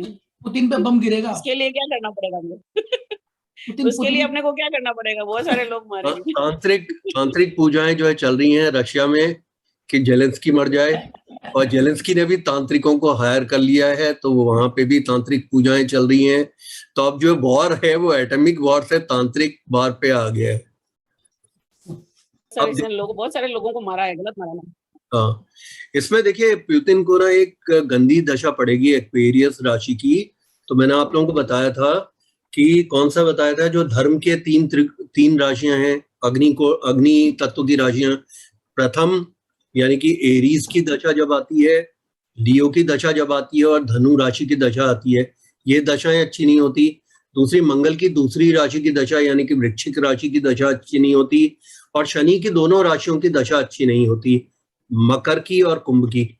सिर्फ मैंने ये लिखा था कि जो वृश्चिक राशि की दशा कब ठीक होती है, जब उसका अंतरा आता है, जहां केतु जो है पोजाइटेड राशि का अंतरा आता है, उसके बाद से स्कॉर्पियो की दशा अच्छी हो जाती है। दूसरा, अगर इसमें कोई स्कॉर्पियो राशि की दशा हो और दो स्वामियों में से एक स्वामी अगर दशा में राशि के ऊपर बैठे हों, तब ये स्कॉर्पियो की दशा अच्छी होती है। दूसरा, यही नियम मैंने आपको बताया था कि कुंभ राशि की दशा हो, राहु उसमें दशा पे बैठे हों, राशि पे बैठे हों, तो ये दशा गेनफुल होती है। तो जेमिनी के जो सूत्र के जो नियम है वो बहुत आसान है, आप लोगों को नोट्स दिए जा चुके हैं। मैं अपनी बात से मुकरना नहीं चाहता, 9:30 बजे मैंने कहा था समाप्त करूंगा, तो मैं इसको समाप्त करना चाहूंगा, क्योंकि हमारे बहुत से लोगों को भोजन भी करना होता है परिवार के साथ, और वो थोड़ा और टाइम हो जाता है। अगर किसी ने कुछ पूछना हो तो पूछ सकते हैं, अन्यथा हम इसे क्लोज करेंगे। और आप लोगों को जो ये 1 हफ्ते का समय मिल रहा है, इसमें और भी नोट्स आपको मिलेंगे। अभी राजयोगास पे आपको कम से कम जो है 5-6 मॉड्यूल्स और मिलेंगे। जेमिनी में चर दशाओं से तभी आप अच्छा फलित कर पाएंगे जब इसके आसान राजयोगा आपको याद हो जाएंगे। आज मुझे पूरा यकीन है कि कर्ता केवला और योगदा 1 2 3 4 ये आपको रट गए होंगे, क्योंकि मैंने इतने बार करा दिए। आप एक बार और इसे पढ़ के आप हिंदी में ट्रांसलेट करके अपने नोट्स में बना लेंगे तो आप समझ जाएंगे। पाराशरी ज्योतिष में, वैदिक ज्योतिष में जिस प्रकार से आप योगा कारक ग्रहों को इतना रिस्पेक्ट दिया था, जेमिनी ज्योतिष में कर्ता केवला और योगदा को उतना ही रिस्पेक्ट मिलता है। गुरुजी बिफोर वी एंड, ये जो योगदाचार है superlative, does it have a role to play in Putin's behavior in last few weeks or months? Absolutely. असल में क्या होता है, जो योगदाचार होता है वो इतना सुपरलेटिव हो जाता है कि आदमी ओवर कॉन्फिडेंट हो जाता है। दूसरा क्या है कि मैंने आपको बताया कि वो जो है धनाढ्य होने के लिए वो उसका बिजनेस माइंड वर्क करता है। Putin has launched this war, वो उसका एक बिजनेस माइंड भी उसमें वर्क कर रहा था। अपार्ट फ्रॉम द फैक्ट कि वो अपनी टेरिटरीज में नेटो की प्रेजेंस, अपनी बॉर्डर एरिया पे नेटो की प्रेजेंस नहीं चाहता था, वो तो फैक्ट है, वो भी एक कारण है। लेकिन इसके अलावा इस युद्ध को इतना खींचने का जो रीजन था वो यही था कि मॉनेटरी रीजन था, क्योंकि इसमें ऑयल का सबसे बड़ा उत्पादक देश होने की वजह से और पेस्टिसाइड सबसे ज्यादा होने की वजह से, और इसी तरीके से वहां पे खाद्यान्न सबसे ज्यादा होता है, गेहूं वगैरह दूसरा, तो उसकी वजह से अब उसके सबके प्राइसेस वो ऊपर करेगा। आज अगर आप देख रहे हैं कि यूरोपियन देश जो गैस और तेल अभी भी इतने सैंक्शंस के बावजूद पुतिन से ले रहे हैं, तो अब पुतिन ने कंडीशन रख दी है कि रूबल में ही पेमेंट लेगा। अच्छा। क्योंकि अब योगदा प्लैनेट एक्चुअली मतलब it can give more strife and it doesn't necessarily give you good things. मतलब आप ये समझिए कि योगदा प्लैनेट ना आपको अच्छा भी देता है तो साथ में ओवरडू भी कराता है। अच्छा। ओवरडू का मतलब है, जैसे कहने का मतलब है कि मुझे जिस समय जो है एक गाड़ी की आवश्यकता थी तो मैंने थ्रू आउट माई मैंने 3 गाड़ियां रखी, तो 3 गाड़ियों का मतलब हो गया कि एक मेरी बेटी चलाती थी, एक मतलब more than what was actually required, क्योंकि इंश्योरेंस का कॉम्प्रिहेंसिव इंश्योरेंस का तो पैसा जाता ही है, उसका पेट्रोल का भी, डीजल का भी, इन सब का भी पैसा जाता है। तो ये जो ओवरडू वाली जो चीजें होती हैं, जैसे मेरी वाइफ, मैं जो है लोग अपनी वाइफ को सिर्फ एक रोज देके टकरा देते हैं, देते हैं टकरानी टाइम पे मैं उनको 2 साड़ियां खरीद के देता हूँ, तो ओवरडू कर देता हूँ, तो मेरी वाइफ जो है उठा के एक साड़ी वापस मुझे बैग देती है। तो ये तो ट्रेजेडी में केंद्राधिपति वो दोष वाला कानून है। देखिए नीरज जैन साहब, अब तो हम पाराशरी से कुछ नहीं निकालने वाले। हाँ, मतलब वैसे ट्यूनिंग में आ गया, कंपोजिट कर रहे हैं थोड़ा। आप ऐसा है कि कंपोजिट करने की स्थिति में आने के बाद करेंगे, लेकिन योगदा जो होते हैं ये सुपरलेटिव तो होते हैं, लेकिन ये ओवरडू भी करते हैं। ओवरडू की इतनी आवश्यकता नहीं होती तो ओवरडू कराते। तो ये चंद्रमा जो ज्ञाति कारक 10वें में बैठा हुआ है, ये इसके स्टेटस को तो खराब ही करेगा ना। ज्ञाति कारक तो एक तरह से स्पॉइलर ही होता है। जी हाँ, स्पॉइलर भी होता है, लेकिन ज्ञाति कारक को मैंने आपसे कहा था कि मैंने बहुत से IAS और IPS अधिकारियों की कुंडलियों में देखा कि ज्ञाति कारक की दशा में उनका सिलेक्शन हुआ। कंपटीशन 6th लॉर्ड, हाँ, क्योंकि वो छठे हाउस से कंपटीशन को भी देखता है, राइवल्स को भी देखता है, और छठा भाव जो है युद्ध स्थल का भी है, यानी कि कुरुक्षेत्र का भाव है, इसीलिए वो उसको खींच के यहाँ लेके आया है। मतलब he is one against the entire fraternity of 30 NATO countries, और 30 को छोड़िए, यूनाइटेड नेशंस के जितने 199 मेंबर्स हैं वो सारे इसके अगेंस्ट हो गए। पुतिन वर्सेस द रेस्ट, वो लॉस देगा। Putin versus the rest. Putin का जो ज्ञाति कारक है वो लॉस देगा। सूर्य ड्राइव कर रहा है उसको। बिल्कुल आप ठीक है, 12th में प्लेस्ड है सूर्य कुंडली में। लेकिन आप हमेशा याद रखिएगा कि ज्ञाति कारक जब भी लॉस देता है तो वर्ल्ड को भी लॉस करते हुए जा सकता है। हाँ, भी वो एक ना सुसाइडल उसमें अनफॉर्चुनेटली ज्ञाति कारक चंद्रमा हो गया, जो कि ये दोनों पागल जो है, ये सॉरी ऐसा नहीं बोलना चाहिए मुझे, ये हिटलर भी इसी लगन का आदमी था। KGB क्या खास बात है इस लगन में? मैं आप लोगों से इजाजत चाहूंगा, क्योंकि हमारे घर के अंदर एक नियम है कि सारा परिवार जो है साथ में बैठ के भोजन करता है। ये वास्तु का भी एक अच्छा प्रिंसिपल होता है। अभी क्या होता है कि जब मैं ग्लास खींच देता हूँ 9:30 से ऊपर, तो बच्चे अलग खाते हैं, मिसेज अलग खाती हैं, मैं अलग खाना खाता हूँ, तो इस वजह से सारा इम्बैलेंस हो जाता है। तो मैं अब आप लोगों से इजाजत चाहूंगा। बहुत बहुत शुभ रात्रि आपको। अब अगले हफ्ते हम मिलते हैं, आप लोग पढ़ के आइएगा। नमस्कार सर। नमस्कार। Thank you very much.